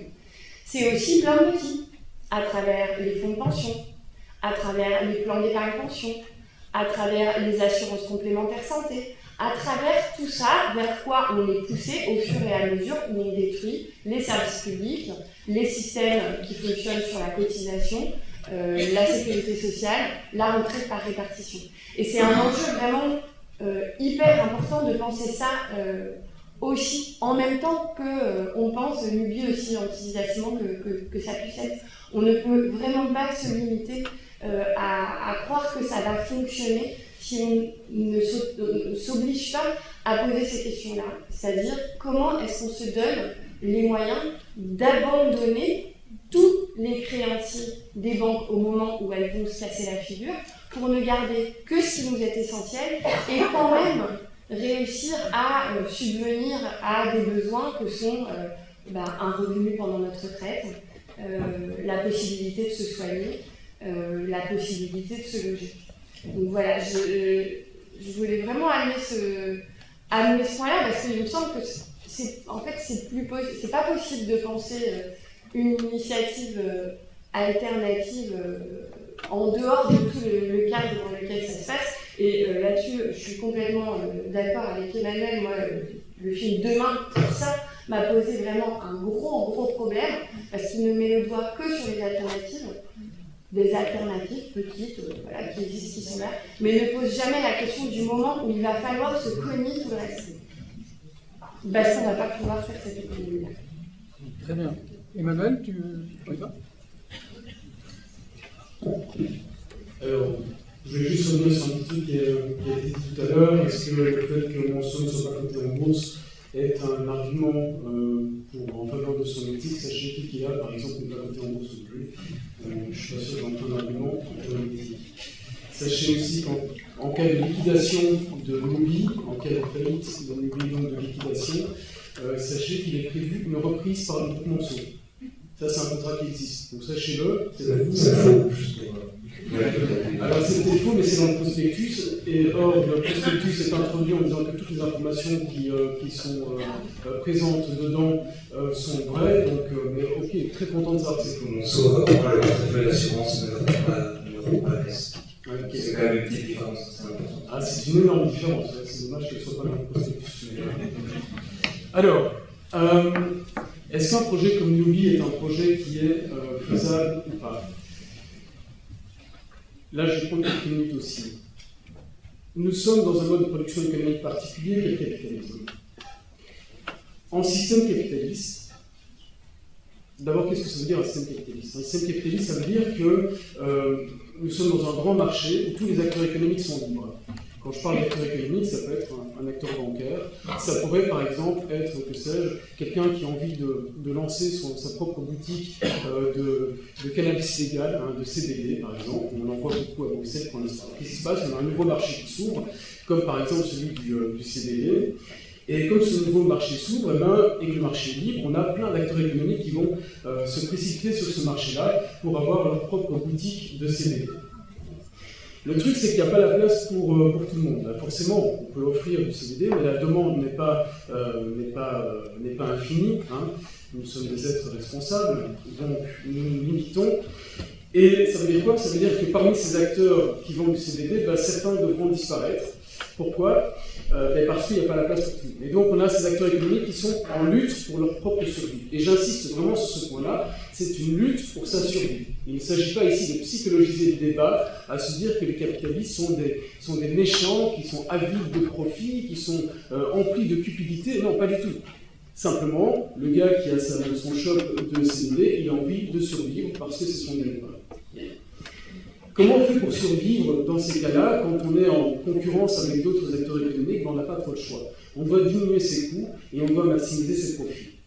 Alors, quand j'entends que Nubi pourra se permettre d'avoir un objectif de transformation sociale et pas de maximisation des profits, permettez-moi d'émettre un grand doute. Parce que, qu'il le veuille ou non, Nubi est pleinement plongé dans ce système concurrentiel. Donc Nubi, comme les autres, devra penser rentabilité financière pour éviter la liquidation et la faillite que j'évoquais juste avant, qu'elle le veuille ou non. Et d'ailleurs, cette question de rentabilité financière est pleinement présente dans le prospectus, que je suis sûr que vous avez lu vous aussi. Et donc là, on se trouve face à un problème, un gros problème, parce que Nubi, si elle se considère comme une banque, et c'est bien là qu'est son objectif, elle va devoir à la fois être rentable financièrement et à la fois respecter un cahier des charges. Il y a un cahier des charges qui vise la justice sociale et la justice environnementale. Comment va-t-elle pouvoir le faire quand d'autres acteurs économiques beaucoup plus puissants qu'elle n'y arrivent pas, mentent sur leurs produits financiers, n'arrivent pas à être rentables avec de la finance verte ou de la finance sociale ou que sais-je encore, alors qu'ils sont beaucoup plus puissants. Et je peux vous assurer qu'ils rêveraient pouvoir le faire, qu'ils rêveraient pouvoir dire qu'ils font de l'éthique et du vert sans avoir le risque d'une hélice Lucet qui leur court au basque dans la rue. D'accord? Donc pourquoi est-ce que Nubi, c'est une vraie question que je me pose, arriverait là où des acteurs aussi puissants que ces autres banques n'y arrivent pas? Donc le problème, c'est qu'il y a un immense risque, et c'est peu de dire, que Newbie ne puisse pas être rentable financièrement si elle veut respecter son cahier des charges. Et si Newbie n'est pas rentable financièrement, eh bien, il se fait que tout l'argent que les coopérateurs vont donner, en fait, ils le donnent dans une logique, non pas d'investissement dans une banque, mais dans une logique, en fait, de dons, comme si Newbie était une organisation caritative, mais des dons qui servent essentiellement, pour l'instant, à payer la dette plus qu'autre chose. Alors, si c'est une organisation caritative, et pourquoi pas, somme toute. Bon, moi, je suis complètement opposé à cette idée-là, mais pourquoi pas. Simplement, je voudrais dire en deux éléments pourquoi. Je suis désolé. Je voudrais dire pourquoi en deux éléments pourquoi je suis opposé à cette idée d'organisation caritative, de Newbie comme charity business. D'abord parce que c'est inefficace structurellement. C'est pour ça que j'aime bien prendre cette métaphore du SDF. Si on veut être sûr qu'il sera bien là au même endroit le lendemain à demander une petite pièce, la meilleure façon de procéder, c'est de lui donner une petite pièce. Parce que comme ça, vous êtes sûr qu'il aura juste assez pour pouvoir être présent le lendemain, et évidemment bien trop peu pour pouvoir transformer réellement sa condition. Donc la charité, c'est inefficace structurellement. Chaque année, nous avons Viva for Life pour la pauvreté des pauvres enfants. Hein, okay, on est bien d'accord que Viva for Life ne va rien changer structurellement à la pauvreté des enfants, c'est absolument évident. D'autre part, la charité, dans un cas comme celui de Newbie, c'est quoi? C'est de la privatisation de l'aide. Ça veut dire que dans un cas comme celui-là, nous ne sommes plus, en tant que population d'un État démocratique, et à travers une représentation démocratique elle aussi, amenés à décider de ce qui sera fait de l'argent collectif. Et parce que les acteurs institutionnels, mis à part Monceau, c'est de l'argent en fait qui vient de notre poche, hein, l'argent des universités et l'argent de Finance Brussels et tout ça, c'est l'argent qui vient de notre poche, va être confié à des coopérateurs. C'est une entité privée, coopérative certes, mais n'empêche avec quand même des entités privées. Et eux prendront la décision des priorités qu'ils auront pour augmenter notre justice sociale et justice environnementale, avec tout évidemment les problèmes que ça suppose et qui ont été évoqués juste avant. Donc comme banque normale, ça ne fonctionne pas, comme organisation caritative, c'est éminemment contestable. Voilà ce qui me semble être le problème de Newbie, mais qui du reste n'est pas spécifique à Newbie, parce que cette même structure-là, on la retrouve en fait dans l'immense majorité de ce qui se présente comme étant des solutions réformistes. Mathias. Oui, juste pour répondre à la rentabilité, mais on le fera peut-être après dans un autre débat ou aux questions-réponses, dans le plan d'affaires de Newbie, on devient rentable à partir de l'année 5, et pour nous c'est totalement faisable de devenir rentable, parce que si on regarde la rentabilité d'un projet avec des lunettes traditionnelles de Homo economicus, on pense que c'est hyper compliqué de lancer une banque qui peut devenir rentable. Néanmoins, si on a une structure comme la nôtre, avec des coûts d'acquisition de clients qui sont beaucoup moins importants que dans des banques traditionnelles, parce que les gens viennent par lien infinitaire et qu'on ne va pas dépenser des grosses sommes d'argent pour pouvoir les faire venir chez nous, parce que les salaires des travailleurs est plafonné. Oui, c'est pas un 5, désolé, c'est quand même mieux que le reste de la Belgique.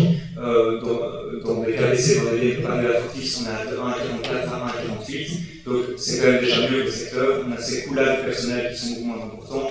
On n'a pas de guichet, on n'a pas d'agence, les dépôts ne sont pas rémunérés. Donc en fait, tous ces mécanismes-là au sein de Newbie permettent de ne pas devoir aller chercher une course au profit et permettent sur le temps moyen, c'est-à-dire à partir de l'année 5, d'avoir un plan d'affaires qui est rentable. Alors, ça, c'est pas la réponse à la question, je ne vais pas m'arrêter là-dessus. En fait, ce que je trouve particulier, c'est que on n'a jamais dit au sein de Newbie qu'on était anticapitaliste et qu'on était révolutionnaire. Et donc ça, c'est ça qui... Ouais, mais donc c'est important de l'assumer quand même, parce que c'est bien beau d'avoir un fantasme anticapitaliste et révolutionnaire à titre personnel, mais il ne faut pas la coller à chacun des projets qui ne se revendiquent pas d'avoir une portée anticapitaliste et révolutionnaire. Or, là, c'est quand même ça. Le changement de système, toute votre campagne là-dessus. Pas le changement de système. On n'a jamais assumé au sein de Newbie qu'on était anticapitaliste et révolutionnaire. Et donc, on peut chacun avoir des propres désirs, des propres rêves, des propres fantasmes, mais il ne faut pas accoler cette volonté-là sur quelque chose qu'on n'a jamais dit. Donc, nous, notre posture, et qu'elle plaise ou non, c'est qu'on va être un acteur au sein du système et qu'on pense qu'une coopérative comme la nôtre va pouvoir atténuer certaines limites du capitalisme. Elle va pouvoir prendre à plein corps des enjeux écologiques construire des projets qui ont des valises environnementales. Elle prend en plein corps des enjeux sociaux en redémocratisant les questions de banque à travers une structure qui formalise la participation. Et donc, elle s'attaque aussi, elle prend un peu le corps d'un enjeu démocratique. Donc, nous, c'est ça, le point de départ de Newbie, n'est pas de faire tomber le système et d'être anticapitaliste, mais c'est au sein même du système de pouvoir apporter certaines réponses à certains enjeux. Donc, c'est quand même, il y a quand même un gros gap de différence entre les deux postulats. Et si c'est quand même une des questions qui est posée au sein de ce débat-ci, admettons même qu'on voudra avoir un horizon anticapitaliste à terme, le fait de partir de cette posture théorique-là ne nous donne pas un mode d'emploi sur des stratégies efficaces de mobilisation pour arriver à l'anticapitalisme. Et moi, ce que je pense, et donc là je parle à titre personnel et je pense que c'est en opposition par rapport à ce que Emmanuel pense, c'est que ça vaut le coup de pouvoir s'attaquer aussi aux symptômes du capitalisme et non pas qu'aux causes. Pourquoi? Parce qu'en fait, les causes, c'est très théorique, c'est très loin, c'est un monde qui est irréel. Le monde sans domination, sans patriarcat, sans capitalisme, c'est un monde qui est hyper déconnecté et qui est très dur, qui n'a pas de prise sur le réel actuellement. Là où Newbie, j'ai le droit de m'exprimer, là où Newbie propose une alternative non pas comme les petites initiatives de demain, mais qui permet en fait de avoir un ancrage dans le réel et de reprendre contrôle sur le réel en expérimentant. Alors peut-être que ça va foirer, mais c'est un lieu d'expérimentation, donc il y a plus de 110 000 personnes ici en Belgique, c'est rien pour des secteurs qui, pendant des années, ont été laissés dans les mains des techniciens et des professionnels. Repolitiser la question de la banque sur un temps long peut avoir une portée anticapitaliste, même si au sein de l'UBI, ce n'est pas ça, la posture de débat. Ok.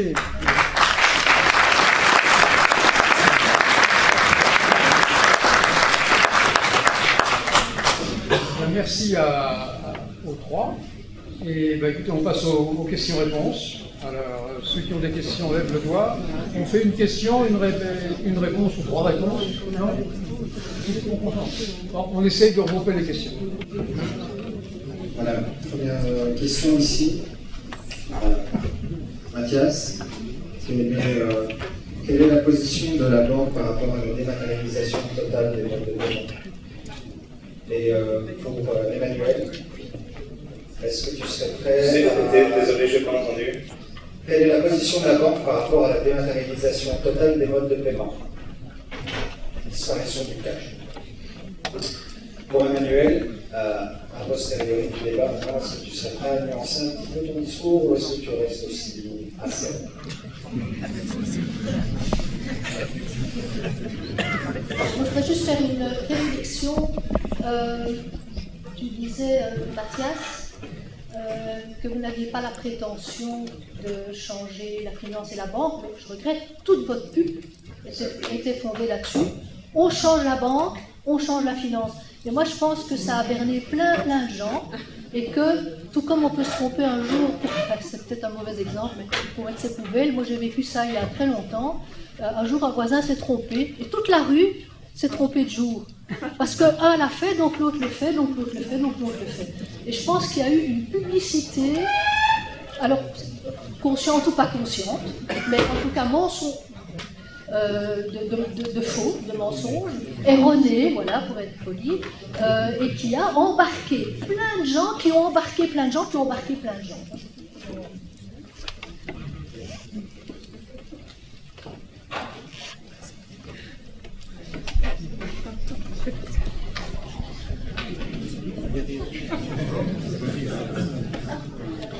Derrière toi.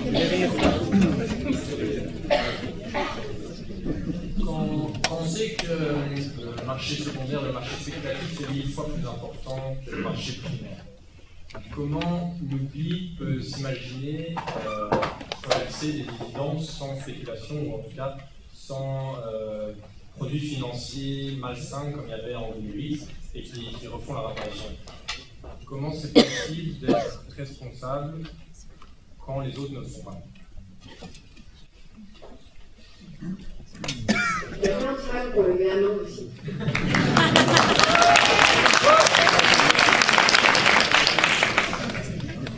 On va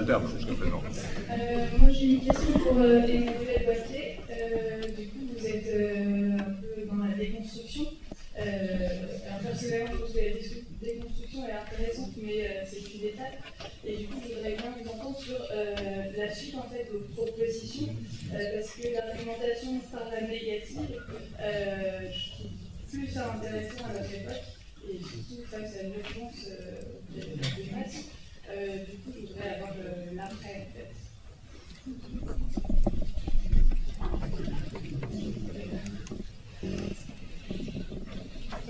Moi j'ai toujours la même question depuis 1h30, je crois. Combien de coopérateurs y a-t-il dans le groupe C? Parce que je pense que c'est une question importante. Merci. 11, mais l'instant, on considère que Monceau en fait 3 déjà. 3 plus 8. 3 Monceau et 8 pas Monceau. Bonsoir. Je voudrais poser une question à Mathias, de Nubi. En fait, une question assez simple. Quelle est la définition de l'éthique pour Nubi?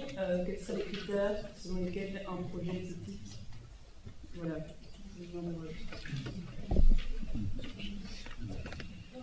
Je peux déjà répondre.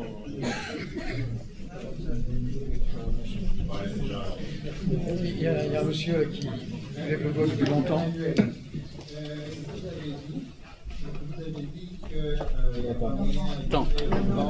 Attends. Voilà une question pour Emmanuel. Vous avez dit qu'il n'y a pas moyen de lancer une banque qui a... Bon, toi, c'est passé. Voilà, vous avez dit qu'il n'y a pas moyen de faire une banque avec des buts éthiques, que ça ne pouvait pas fonctionner, que c'est bien ça ce que vous avez dit. Mais qu'en est-il de la banque Triodos? Est-ce qu'elle est aussi occupée à faire faillite?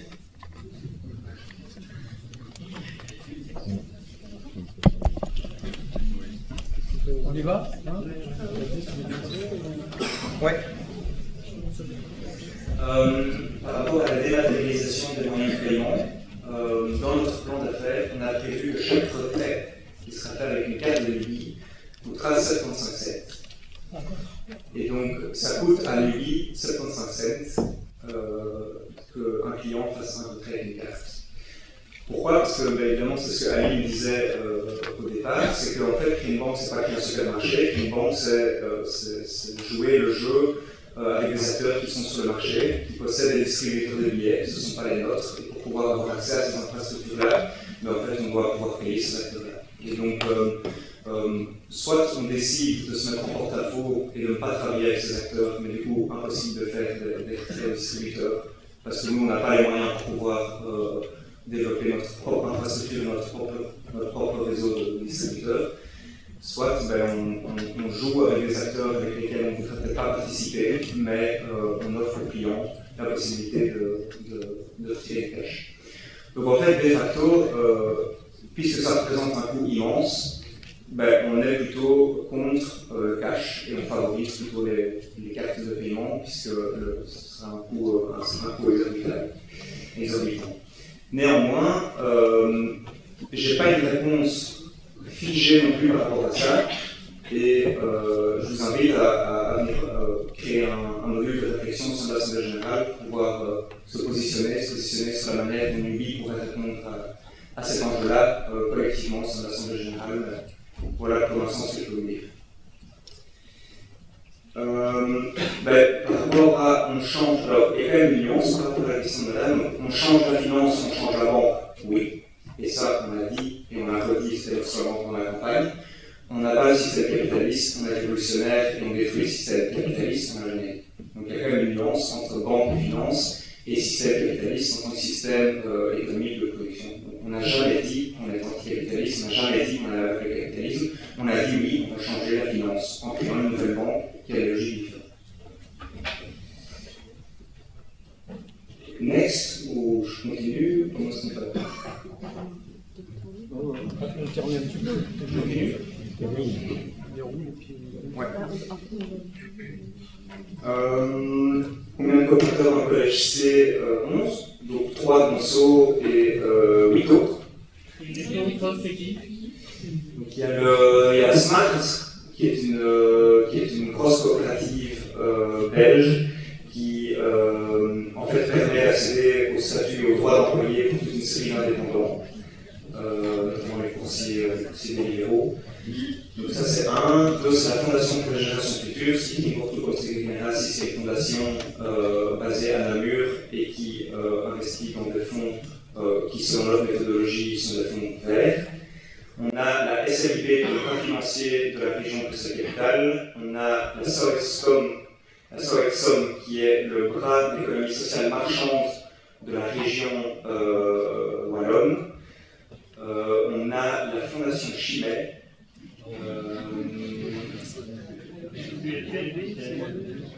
Et ouais, c'est en ligne, me dit-on. ULB et ECR. Je passe à la parole.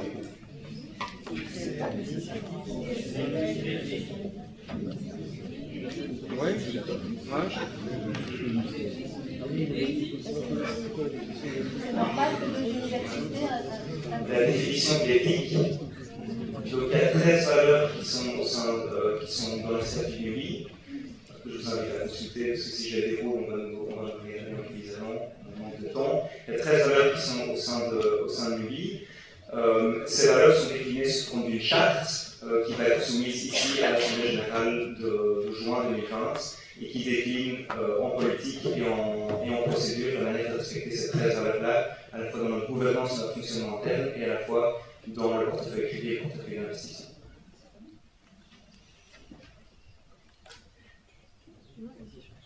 Bien. Alors la première question, est-ce que je suis prêt à énoncer mon discours? Je trouve toujours ça très intéressant. C'est exactement comme quand on demande à des féministes dites radicales si elles sont prêtes à énoncer leur discours parce que quand même c'est un peu extrême. Je trouve toujours ça fascinant dans la mesure où on demande de énoncer un discours qui porte une forme de radicalité, pas dans le sens extrême comme on est rejeté, mais radicalité dans le sens de revenir à la source des problèmes qu'on dénonce. Pour moi, le caractère extrême du système capitaliste, il est à trouver dans les gens qui se tuent au burn-out, dans les gamins mineurs qui se tuent dans les mines de coltan au Congo, dans les ouvrières du textile qui meurent dans des immeubles qui s'effondrent au Bangladesh. C'est là qu'est pour moi l'extrémisme. Et donc, le fait de vouloir un changement de mode de production économique, je ne pense pas que ce soit une position extrême. Je pense que même c'est une position qui est très très mesurée. Et donc de ce point de vue-là, il me semble non pas que je pourrais nuancer mon discours, et même bien le contraire, je porte une voix radicale pour les raisons que je viens d'exprimer et je ne compte pas en changer.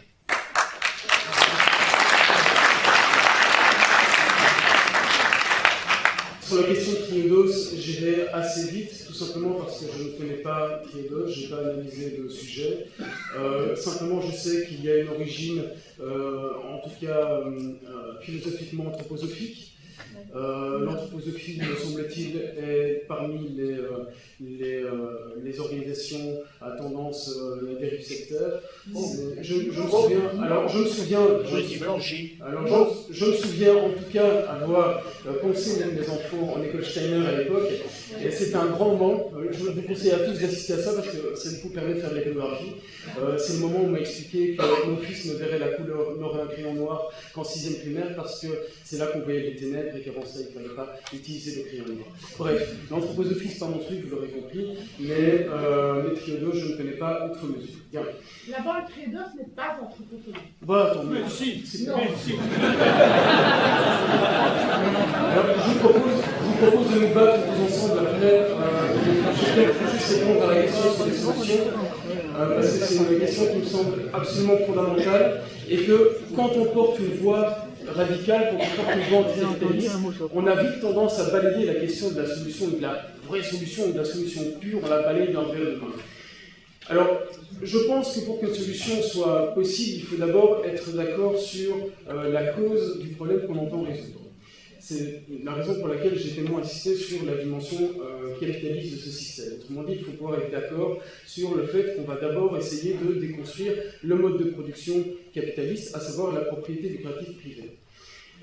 Parmi ce qui s'est fait dans le passé, je pense qu'il ne faut pas tout jeter, c'est-à-dire qu'il faut essayer de comprendre qu'est-ce que les penseurs avant nous et qu'est-ce qu'on a pu faire je m'étonne toujours qu'il y ait si peu de gens qui connaissent le programme du Conseil national de la résistance, qui portait avec des éléments extrêmement précis et extrêmement pratiques. Il se fait que, grâce au plan Marshall, il y a certains éléments de ce programme qui ont été acceptés, mais les éléments les plus fondamentaux, en fait, ils ont été balayés d'un revers de main, parce que, précisément, cela allait remettre en question en fait, le système capitaliste. Et on y trouve, par exemple, la renationalisation de tout ce qui concerne les besoins fondamentaux, qui est un point essentiel si on veut porter une solution.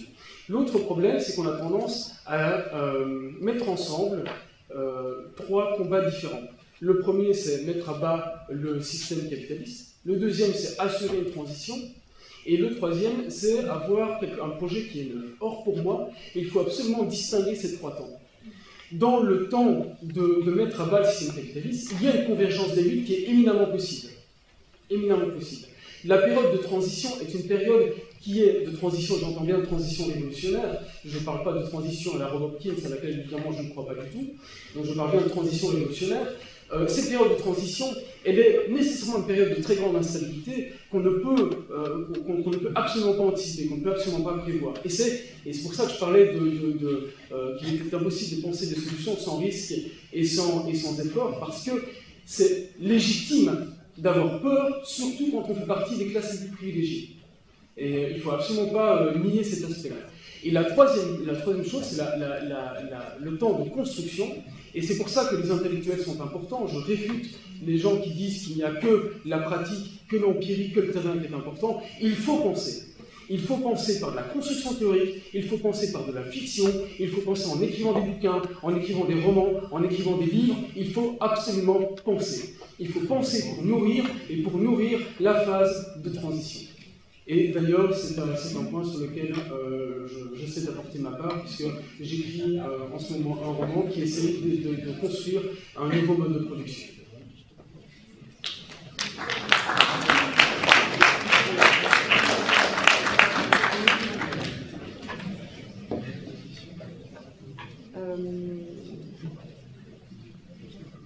Bon, je vais revenir un peu en arrière.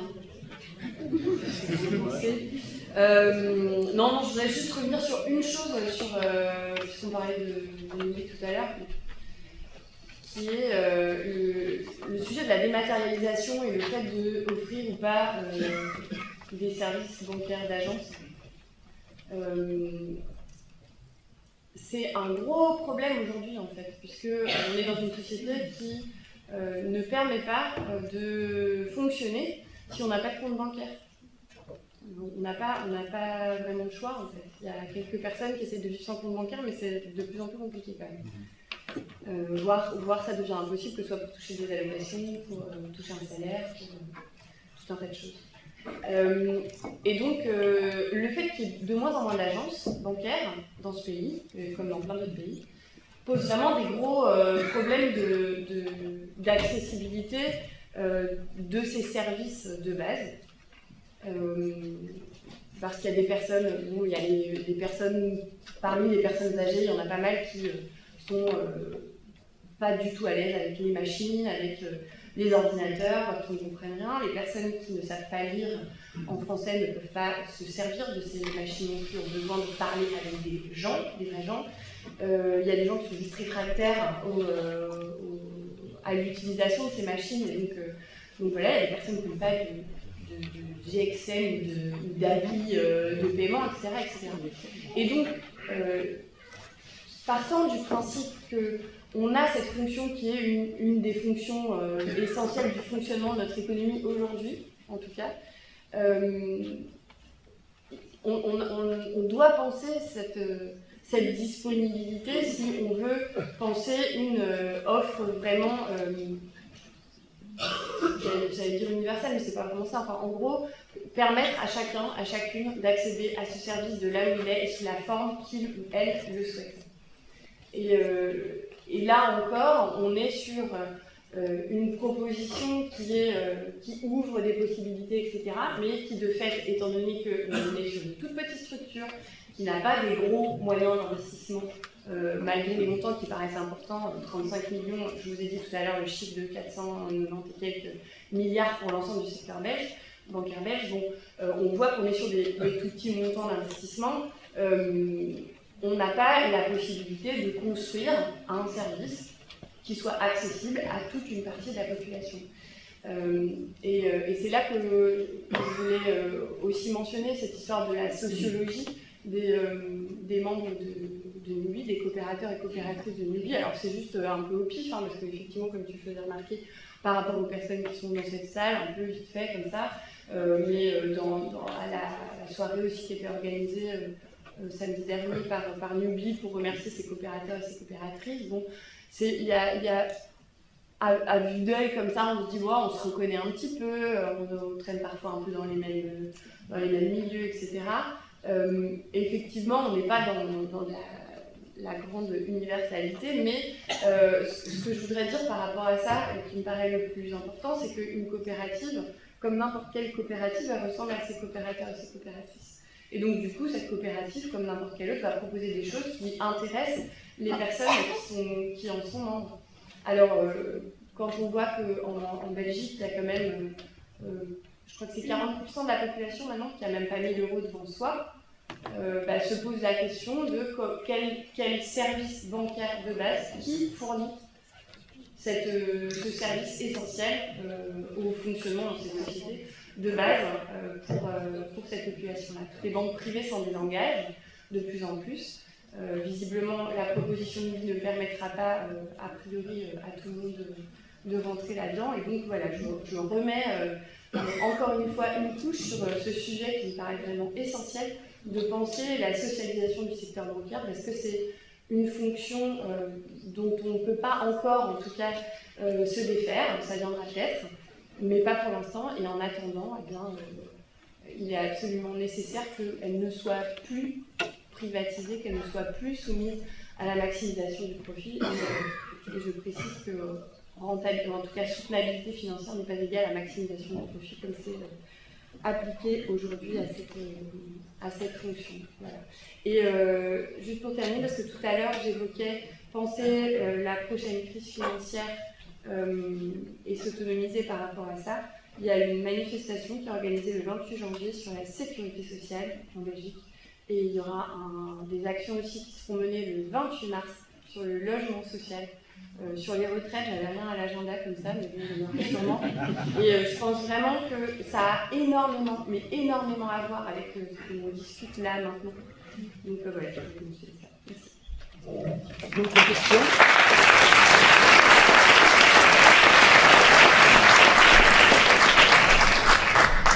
Moi j'ai une question en deux.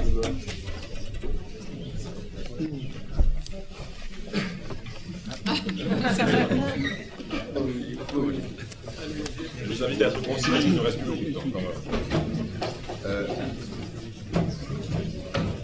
J'ai quelques questions pratiques.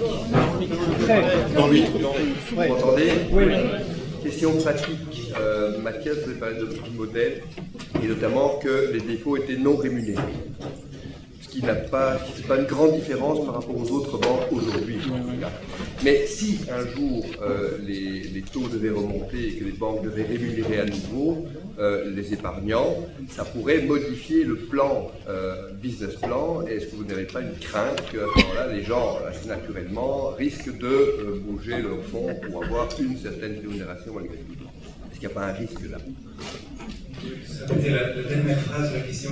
Oui, si les taux remontent, ce qui risque d'arriver dans 5 ans, 10 ans peut-être, est-ce qu'il n'y a pas là un risque que les gens, voyant qu'ils peuvent faire rémunérer leur argent en le plaçant ailleurs, modifient et donc que ça mette en péril le business plan?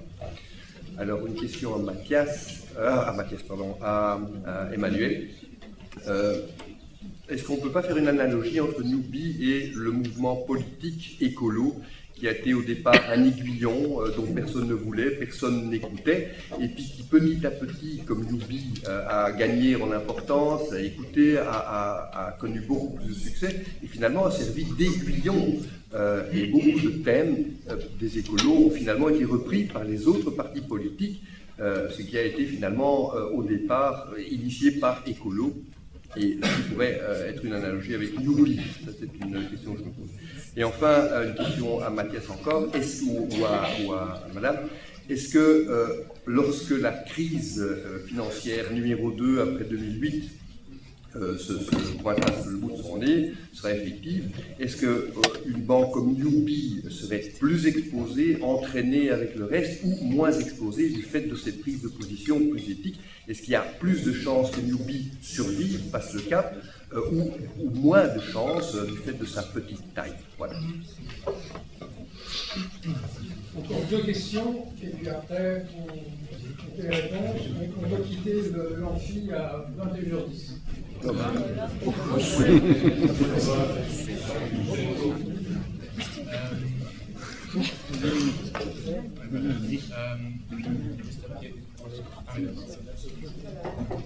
Ça vient. Voilà. Écoutez, je vais juste revenir sur l'éthique un instant avant, parce que pour moi, il n'y a pas vraiment eu de réponse. Si j'ai bien compris, sur l'éthique de Newbie, pardon, c'est pour Mathias. Je suis là. Sur l'éthique de Newbie, on a bien compris qu'elle est destinée à des objets d'investissement. Donc, d'accord, il va y avoir un regard par rapport à ça. Je crois qu'on se pose la question de l'éthique quant aux personnes, quant aux apports de capitaux. Je ne pense pas qu'il y a vraiment de réponse, puisque visiblement, voilà, il y aurait une limite, et il y aurait un effet très poétique, mais surtout, sincèrement, comment peut-on parler d'éthique à proprement parler, puisque, vous l'avez évoqué tout à l'heure, ne serait-ce que dans un retrait, on donne 75 cents à qui? Si c'est à votre concurrent direct, donc et concurrent commercial, économique, etc., mais surtout éthique. Donc déjà, ne serait-ce que ça, c'est pas valable. Et aussi pour vis-à-vis des services dont la banque dépend, comme par exemple les cartes Mastercard, en effet, qui est le bras armé, pour ainsi dire, de la dérégulation bancaire. Donc, comment est-ce qu'on peut parler à la base d'une éthique, puisque la banque dépend de services qui sont à 100% de l'éthique pour exister? Donc voilà. 35 millions de la levée de fonds qui était chez Belfius, sans garantie de rien du tout. Ma question rejoint un peu la dématérialisation de la monnaie. Pour être plus local, est-ce que vous n'avez pas envisagé justement des monnaies locales? Plus locales, c'est pour, etc. On sait qu'on a l'Asie, qui n'est pas encore très connue. Est-ce que vous ne serez pas un acteur idéal pour propulser un petit peu la circulation de cette monnaie comme moteur justement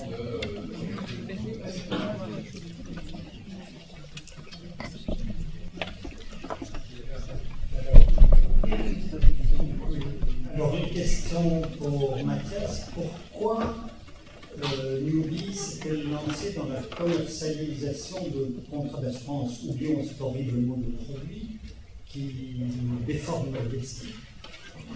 Pourquoi s'être lancé là-dedans et ne pas s'être concentré sur le véritable métier de banque?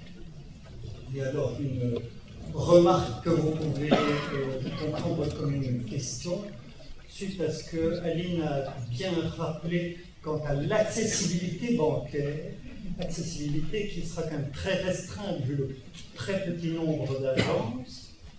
Ne serait-il pas intéressant de revenir à la vieille méthode qui avait été utilisée par la Caisse d'épargne, le CGER et le crédit communal, qui était d'utiliser des intermédiaires indépendants, des maîtres d'école, disait-on à l'époque, et autres notables locaux qui, comme petit job complémentaire et sans doute pas trop lourd comme rémunération, exerçaient le rôle d'intermédiaire ou de relation bancaire.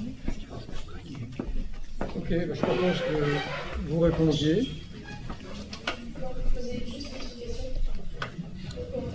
Sur le réformisme et alors, ça fait un peu peut se dire que, en gros, cette banque, elle va être bien pour les gens qui veulent changer doucement, qui sont réformistes et qui font un peu moins différent, ou alors on va être plus radicaux, et c'est pas bien. Et du coup, je me demande un petit peu, l'autre combat dont vous avez parlé, qui est aussi assez intéressant, c'est la non-reprivatisation de Bacchus. Est-ce que ça vous paraît réformiste? Ou est-ce que c'est un peu plus radical? Qu'est-ce que vous pensez de ce combat-là?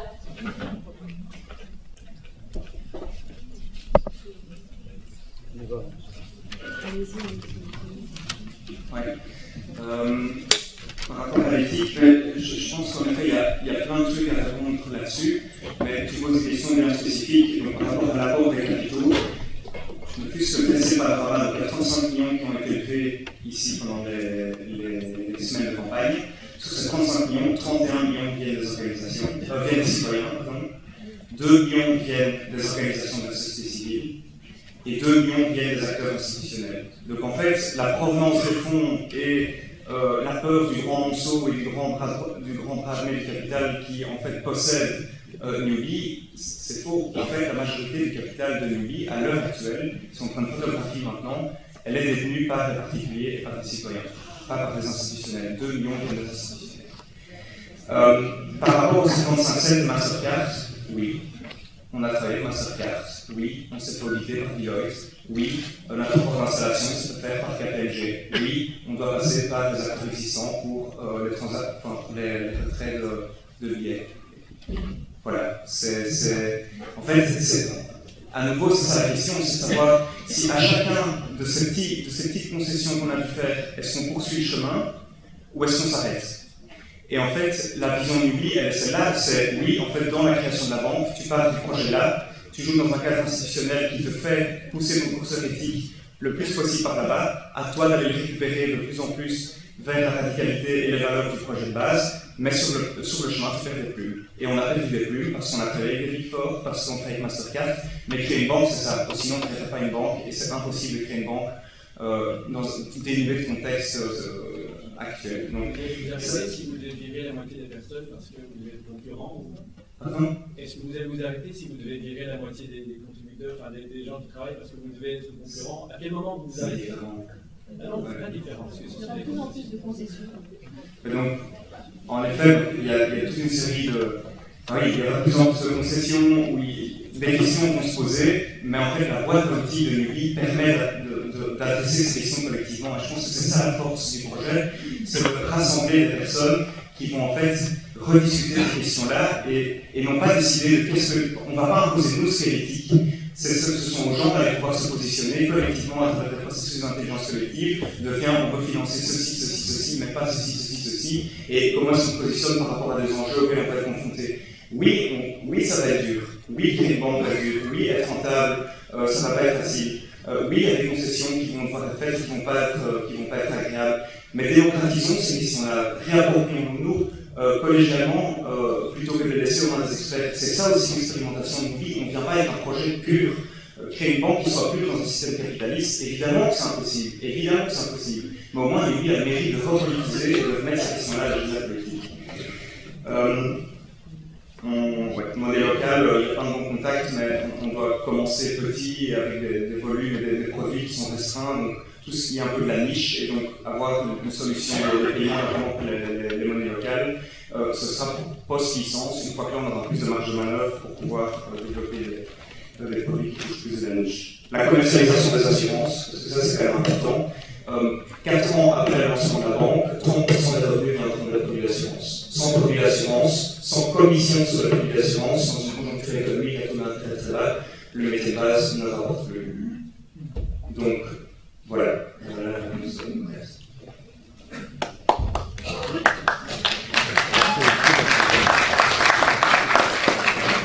J'ai essayé d'être très court.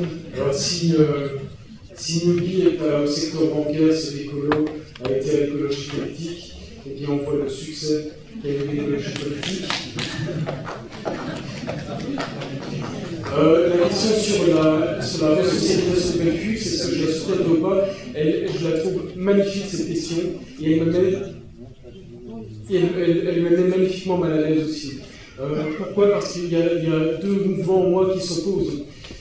D'une part, pour une fois, un processus de resocialisation me paraît ultra nécessaire et va vraiment dans le bon sens de questionner un des fondements même du capitalisme. Et donc dans ce sens-là, évidemment, je suis hyper en faveur de ce genre d'initiative-là.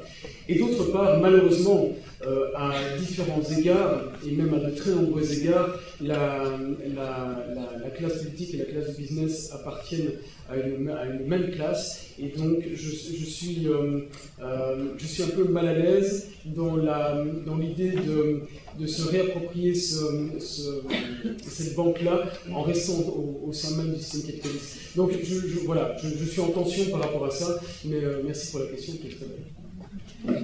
Juste pour préciser, la socialisation n'est pas une nationalisation, justement. C'est là qu'est tout l'intérêt. Je vous invite à lire une publication du CADTM qui porte sur la socialisation des banques et qui développe cette proposition et qui retrace l'histoire de ces socialisations, nationalisations et les différences que ça porte. Et donc, il ne s'agit pas de ce que je peux montrer d'une autre forme qui permet d'éviter ces problèmes-là. Moi, je voudrais juste dire une dernière chose, c'est que je pense qu'il ne faut pas mettre tous les espoirs de changement du système bancaire et financier, pour ne pas parler du système capitaliste, sur l'UBI. On ne peut pas attendre plus que ce que l'UBI peut proposer. Mais par contre, faire de cet intérêt, vraiment profondément de cet intérêt que chacune de nous a pu avoir pour l'UBI, pour, contre, critique, on s'en fiche en fait, coopérateur, pas coopérateur, le fait d'être dans cette salle, le fait d'en avoir discuté autour de vous, etc., eh bien, ça manifeste d'un intérêt pour la question que j'aimerais vous inviter à ne pas lâcher parce que c'est trop important en fait. Voilà. Et j'ai juste, parce que je n'ai pas trop développé cette idée-là, mais sur le sujet de la prochaine crise financière, vous trouverez un article qui s'appelle « Faire dérailler le scénario du désastre », que j'ai publié sur le journal Cours il y a longtemps, qui est aussi à deux endroits, sur le site du CADTM. Et c'est une invitation, c'est juste un tout début en fait. C'est vraiment une invitation à penser ce moment de la crise financière comme une opportunité de faire un maximum les nœuds par lesquels on est pris dans ce système qui nous tient et dont on a vraiment beaucoup de mal à se défaire, même dans les périodes où il est le plus bas. Voilà.